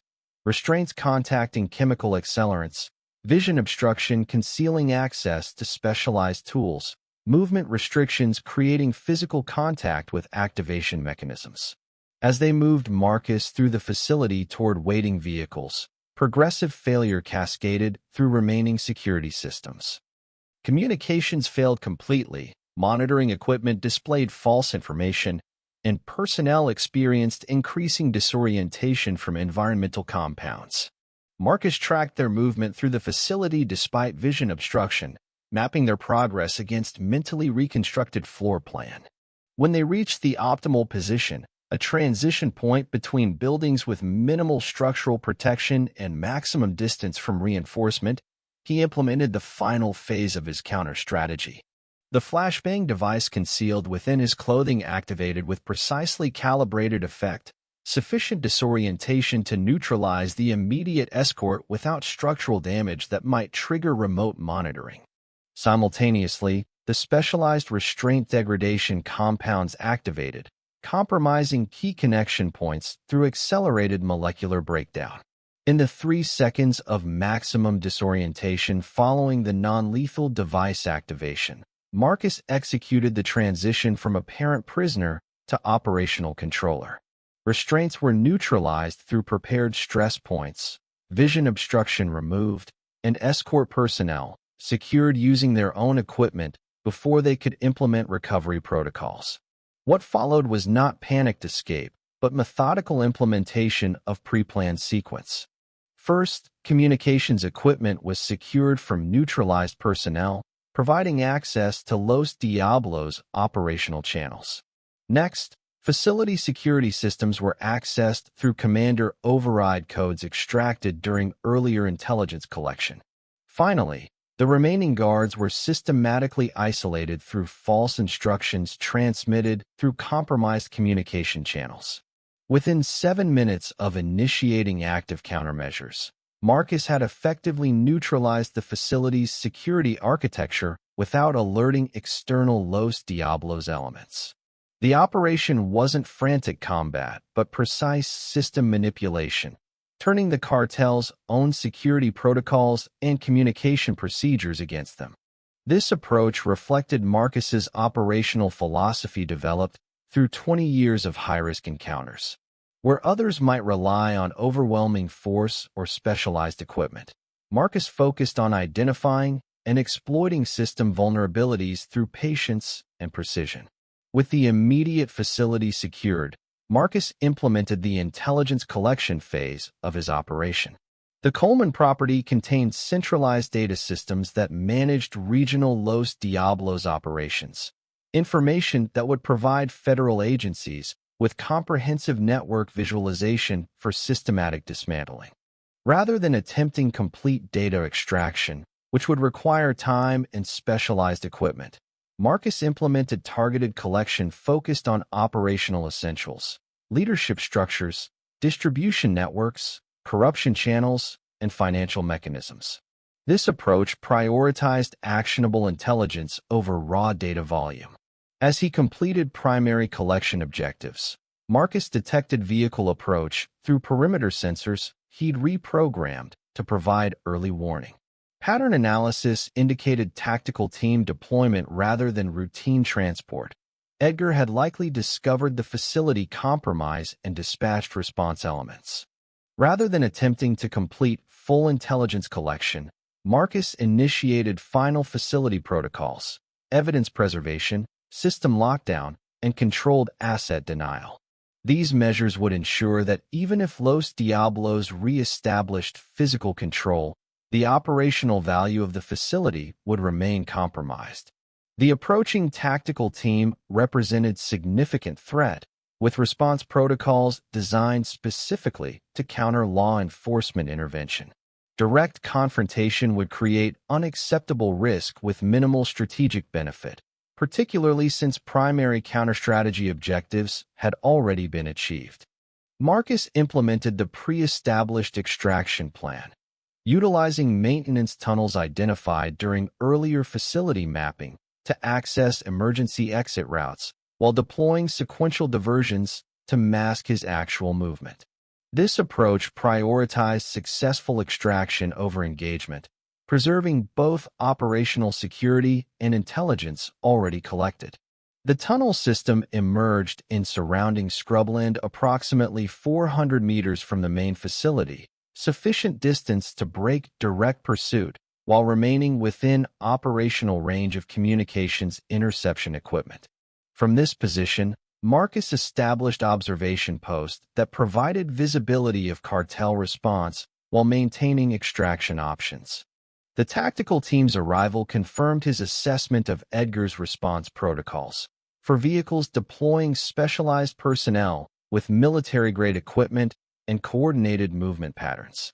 Their approach demonstrated professional discipline but revealed key vulnerabilities, particularly over-reliance on communications technology that Marcus had systematically compromised. Rather than moving immediately to secondary extraction point, Marcus implemented counter-pursuit measures designed to compound Los Diablos' operational confusion. Using intercepted communication protocols, he transmitted contradictory instructions to different team elements, creating procedural conflicts that degraded response effectiveness without revealing external manipulation.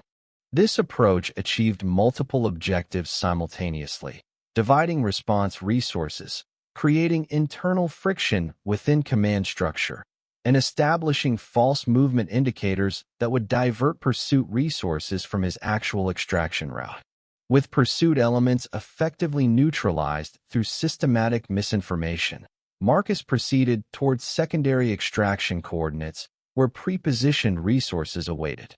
The route deliberately avoided predictable patterns, utilizing terrain features that maximized concealment while minimizing physical evidence that might enable subsequent tracking. The extraction cache contained essential resources, communications equipment operating on secure federal frequencies, basic medical supplies, and limited signature transportation. Most importantly, it provided direct connection to trusted federal contacts who had been receiving automated intelligence throughout the operation. Marcus established secure communication with his primary federal contact, Special Agent Catherine Reyes of the DEA Southwest Task Force. Their professional relationship dated back 15 years, established during joint operations targeting cartel logistics networks. The connection had remained active after his retirement, maintained through conventional channels that created appearance of routine veteran support rather than ongoing operational collaboration. "You're officially the craziest ex-ranger I've ever worked with," Catherine greeted him, professional concern underlying the familiar banner. "Voluntary surrender to Los Diablos? That wasn't in any operational playbook I remember."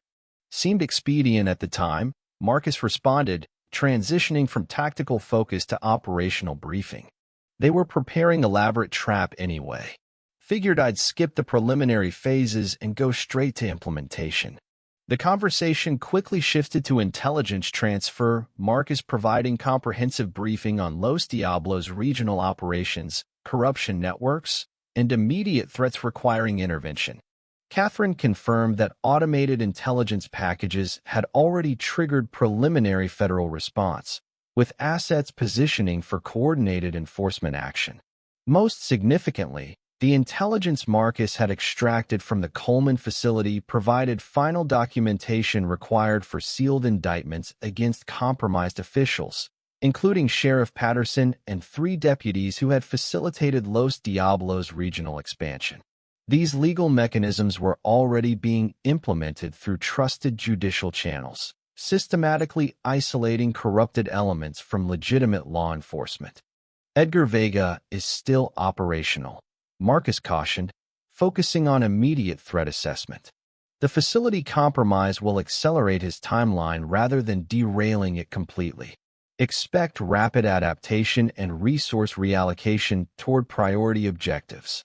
"Including you," Catherine noted. "You've moved from target of opportunity to primary threat. Every Los Diablos asset in the region will be hunting you specifically." "Counting on it," Marcus confirmed, revealing the final phase of his counter-strategy.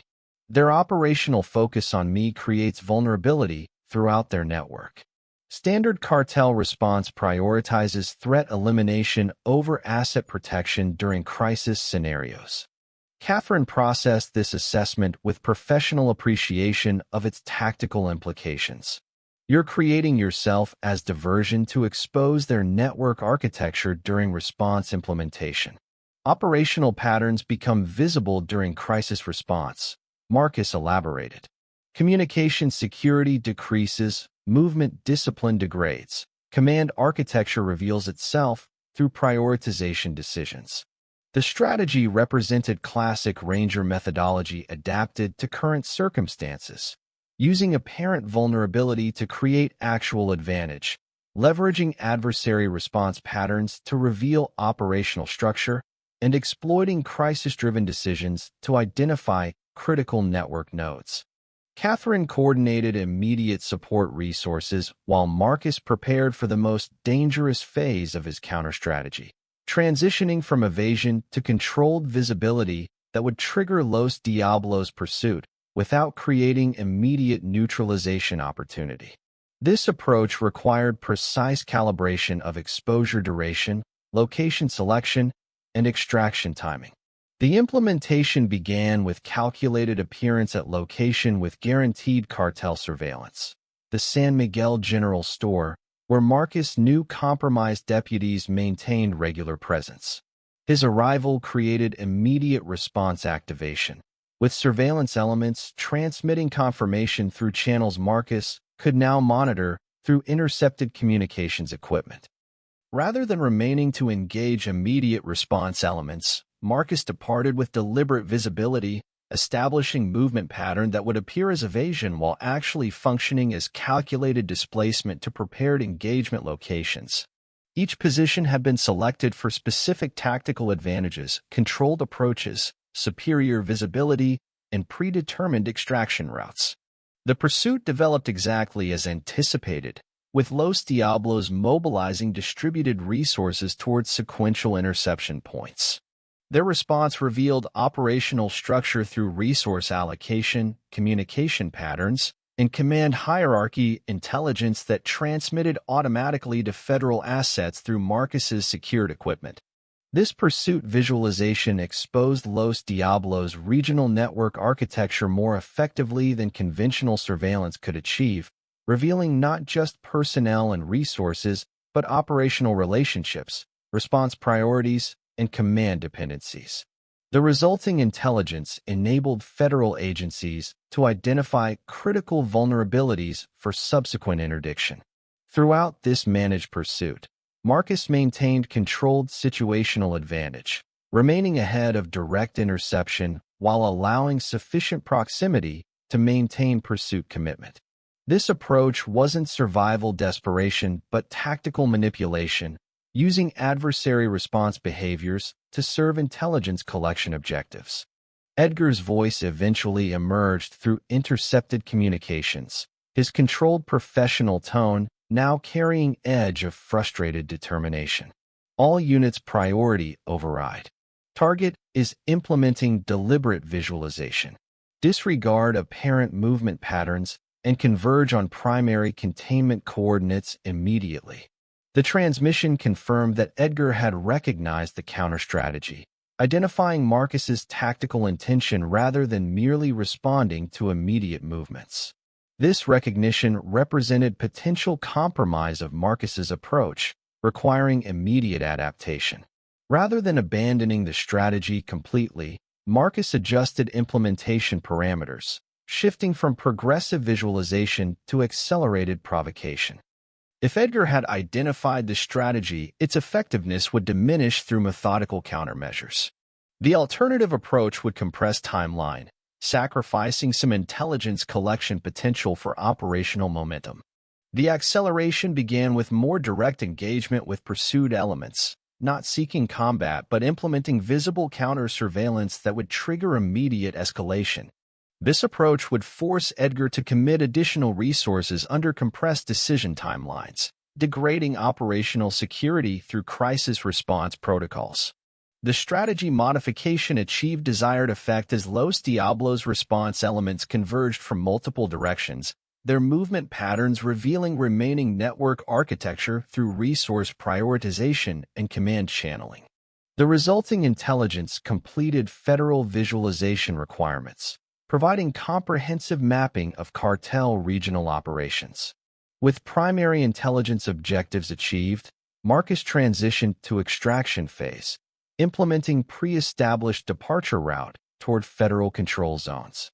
The path deliberately incorporated terrain features that would neutralize Los Diablos' technological advantages while maximizing Marcus's experience with regional geography. Dawn broke over the borderlands as federal vehicles converged on Los Diablos operations with synchronized precision. The raids, 12 simultaneous strikes across 3 counties, represented culmination of intelligence Marcus had gathered through his counter-strategy. DEA tactical teams, supported by uncorrupted state law enforcement, executed warrants with overwhelming force against cartel infrastructure now stripped of its defensive advantage. From a secured observation post established on federal land, Marcus monitored the operation through encrypted communications provided by Catherine. The tactical deployment reflected professional implementation of opportunity he had created, multiple agencies coordinating through secure channels isolated from compromised local networks. Primary objective secured, Catherine reported. Wilkins property yielded major distribution center. Coleman facility documentation intact despite attempted destruction. 7 satellite locations containing weapons and contraband. Preliminary estimate places value at $30 million minimum. More significant than physical assets were the human resources neutralized, 43 cartel operatives arrested, including key regional managers and logistics specialists. Most importantly, the corrupted law enforcement network had been systematically isolated, with sealed indictments executed against Sheriff Patterson and 7 deputies who had facilitated Los Diablos operations. Yet the operation wasn't without complications. Edgar Vega had escaped the coordinated enforcement action, likely alerted by degrading operational security as federal preparations advanced. Intelligence indicated he had withdrawn across the border, where Los Diablos maintained defensive infrastructure beyond immediate federal jurisdiction. Eduardo won't be pleased with his brother's performance, Marcus commented, recognizing the internal cartel dynamics that would follow such significant territorial loss. Los Diablos emphasizes accountability. Edgar failed to secure their investment. We're coordinating with Mexican authorities through appropriate channels, Catherine confirmed. Though realistic expectations apply regarding immediate extradition potential, the diplomatic phrasing acknowledged practical reality. Edgar would likely remain beyond direct American jurisdiction for the immediate future, protected by cartel resources and infrastructure. This outstanding threat required continued vigilance, but didn't diminish the strategic victory achieved through systematic dismantling of Los Diablos' regional network. As federal operations transitioned from initial raids to comprehensive evidence collection, Marcus shifted focus to community implications. The exposed corruption and cartel penetration would leave lasting impact on regional stability, requiring restoration of legitimate governance and security infrastructure. 3 days later, Marcus stood on his porch watching sunrise paint the landscape in familiar amber hues. The property showed subtle signs of recent events, perimeter reinforcement, enhanced security installations, and communication upgrades that reflected lessons from confronting sophisticated adversaries. Yet the fundamental character remained unchanged, a working ranch maintained by someone committed to both the land and the community it sustained. The approaching vehicle belonged to Miguel and Rosa, returning from El Paso now that immediate threat had been neutralized. Their presence represented beginning of community restoration, neighbors reclaiming territory through resumed daily patterns and reconstructed relationships. Doesn't feel quite real yet, Miguel commented as they sat with coffee on the porch. Sheriff who coached my son's baseball team facing federal charges. Deputies we've known for years revealed as cartel operatives. Makes you question everything. Not everything, Marcus countered. The community stood together when it mattered. Maria provided intelligence at personal risk. Your neighbors maintained communication networks when official channels were compromised. That foundation remains solid. The observation addressed deeper concern underlying Miguel's statement, not just shock at specific betrayals, but fundamental question about community resilience. The Los Diablos infiltration had exposed vulnerabilities in formal institutions, but also revealed strength in informal connections that sustained border communities through recurring challenges. This perspective informed Marcus's approach to recovery phase. Rather than focusing exclusively on security restoration through official channels, he emphasized community capacity building, creating distributed resilience that would resist future infiltration attempts regardless of institutional vulnerabilities. The implementation began with practical knowledge transfer, informal sessions where Marcus shared border security awareness, suspicious activity recognition, and communication protocols with community members. These gatherings, initially hosted at his ranch but soon rotating through various properties, created information-sharing network that supplemented official security without requiring institutional authorization. Not about creating vigilantes, Marcus explained during one such session. About establishing informed community that can recognize threats and communicate effectively with legitimate authorities. Eyes and ears that can't be corrupted or intimidated.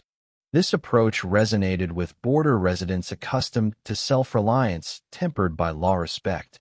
They didn't seek to replace legitimate enforcement, but to complement it through community awareness that would identify compromise attempts before institutional penetration could be established. Concurrent with these community initiatives, Marcus maintained operational connection with federal agencies addressing regional security reconstruction. Catherine coordinated interagency efforts to establish uncorrupted law enforcement presence while longer-term solutions developed, including appointment of interim sheriff from state-level resources without local vulnerability.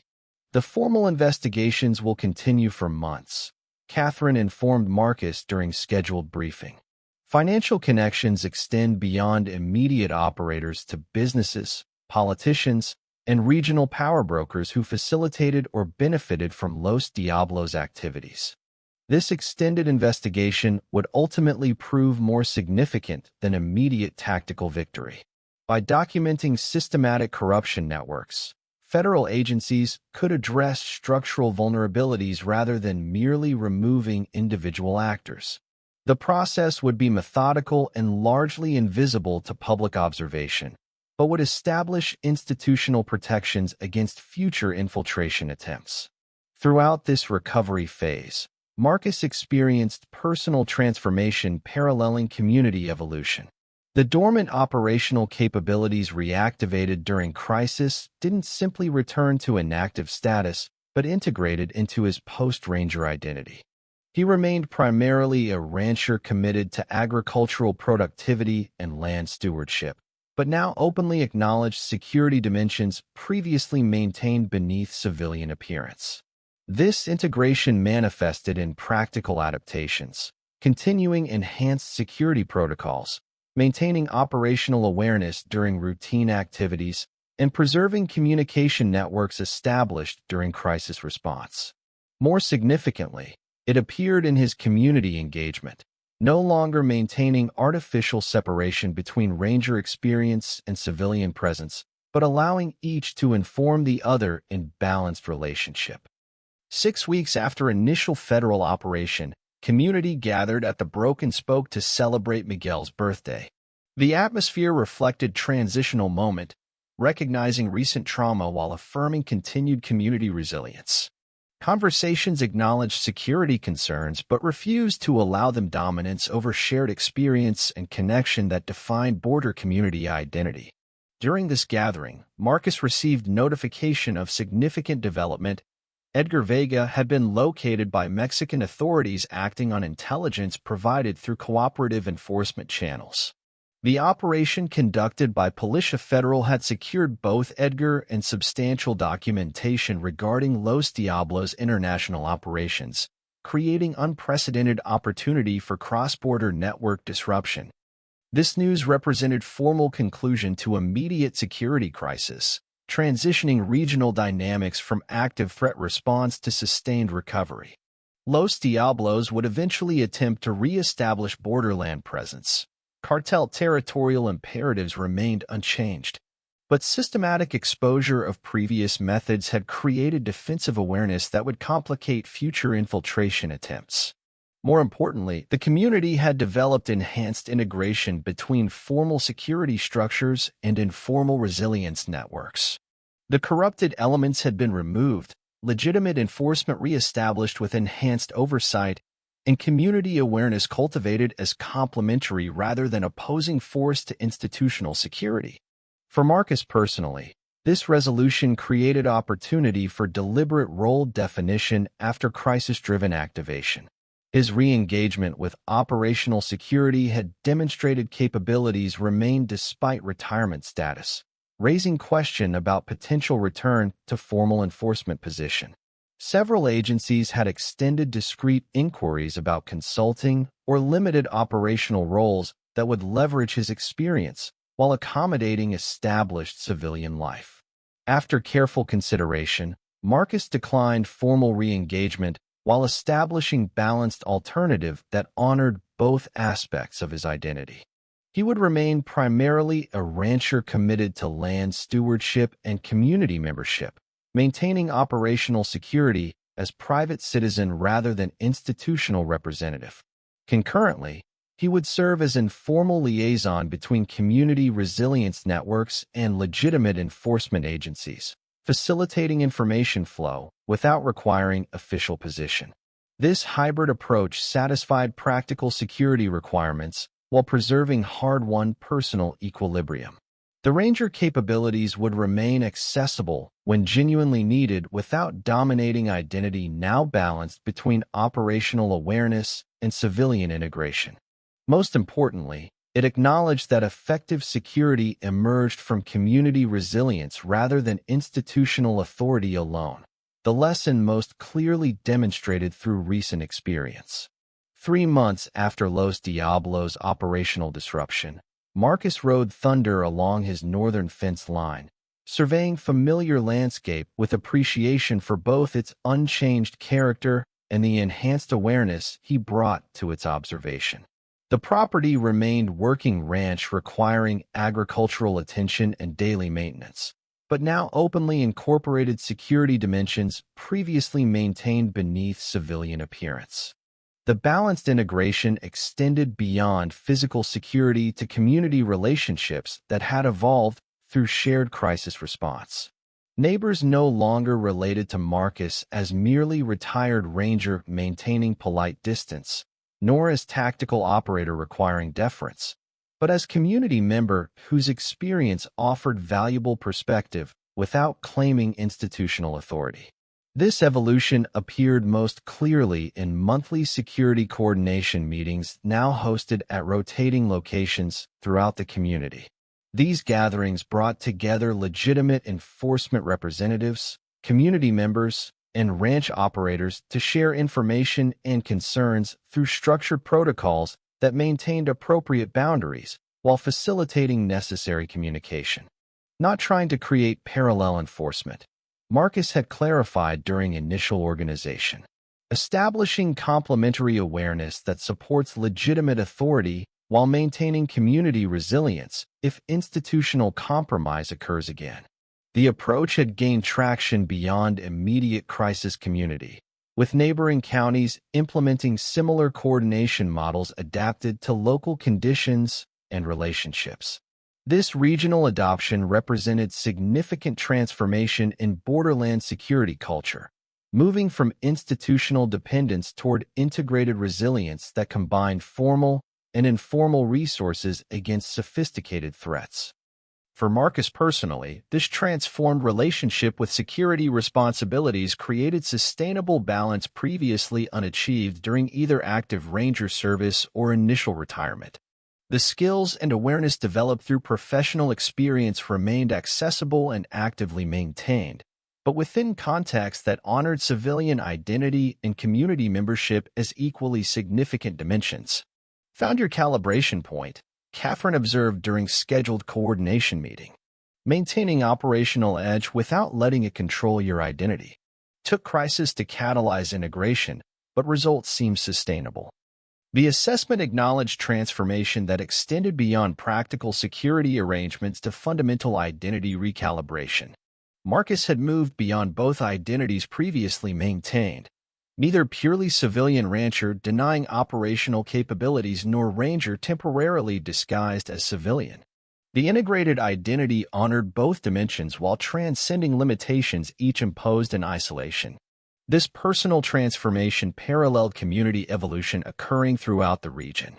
The exposed vulnerability had catalyzed systematic reassessment of security assumptions, institutional relationships, and community responsibilities.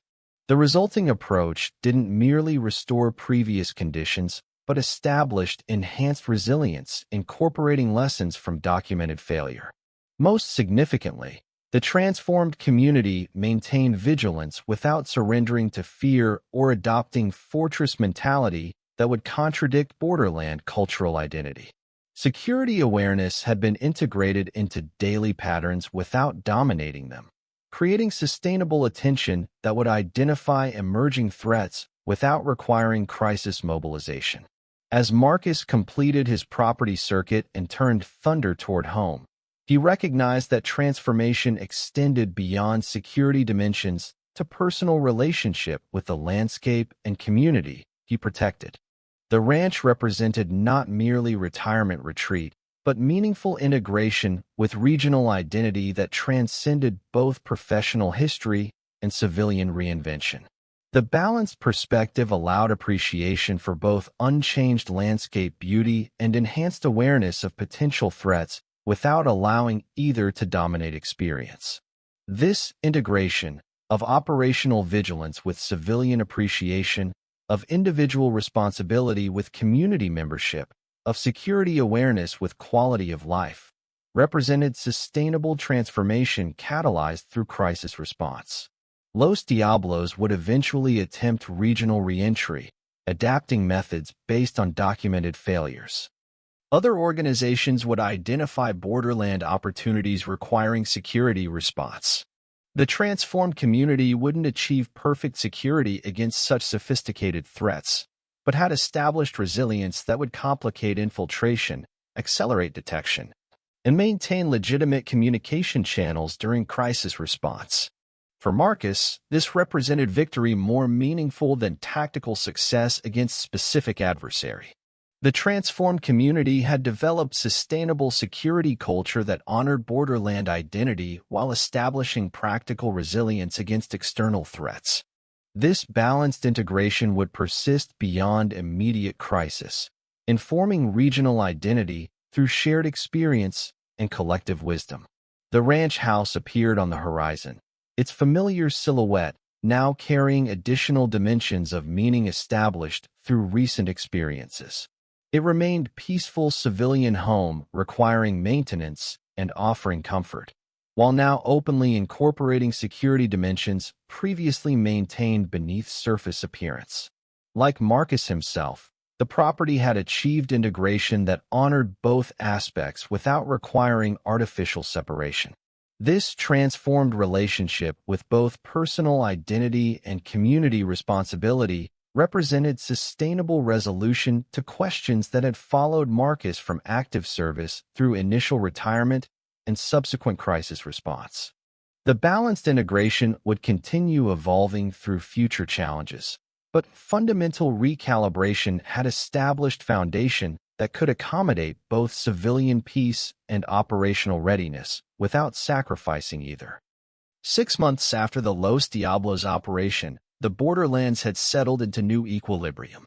Federal prosecutions continued methodically, converting intelligence Marcus had gathered into systematic dismantling of corruption networks that had facilitated cartel expansion.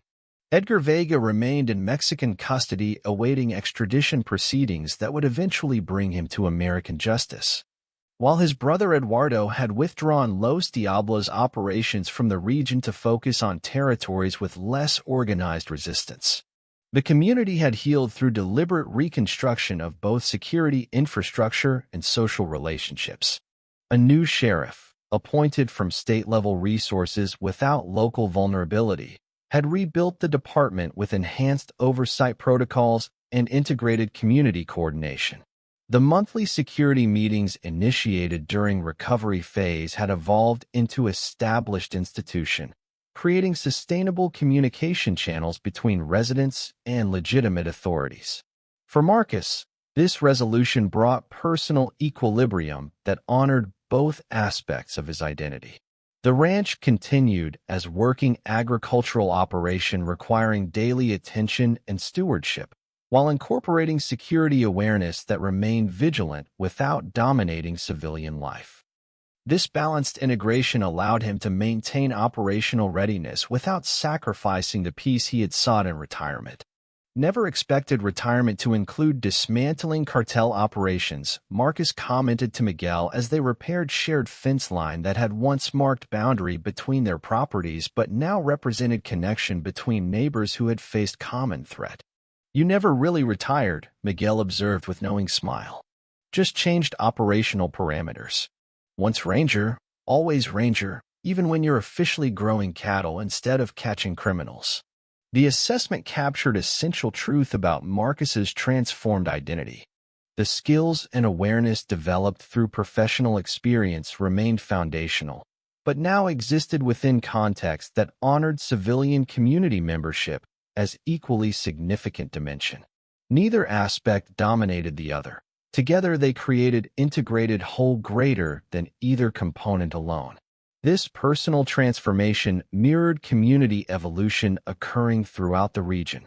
The exposed vulnerability had catalyzed systematic reassessment of security assumptions, institutional relationships, and collective responsibilities. The resulting approach didn't merely restore previous conditions, but established enhanced resilience, incorporating lessons from documented failure. As Marcus surveyed the landscape from his porch that evening, he recognized that the borderlands would always face threats requiring vigilance. Cartels would continue seeking expansion opportunities. Corruption would attempt infiltration through new channels. Communities would require sustainable security awareness without surrendering to fear or fortress mentality. The cartel's defeat was undeniable. Though some questioned the extent of Marcus's actions, most celebrated the powerful message sent. America does not bow to intimidation. Marcus, humble yet firm, quietly stepped back from the limelight, continuing duties without fanfare, steadfast in moral clarity. His story stands as a testament to an enduring American truth, that genuine strength lies not in aggression, but in preparedness, resolve, and the unwavering commitment to justice and liberty for all. What do you think about this incredible stand? Do you believe strength alone guarantees justice, or does real power lie in partnership, strategy, and bravery? Share your perspective in the comments below. Don't forget to subscribe for more gripping real-life stories of courage in the face of overwhelming odds.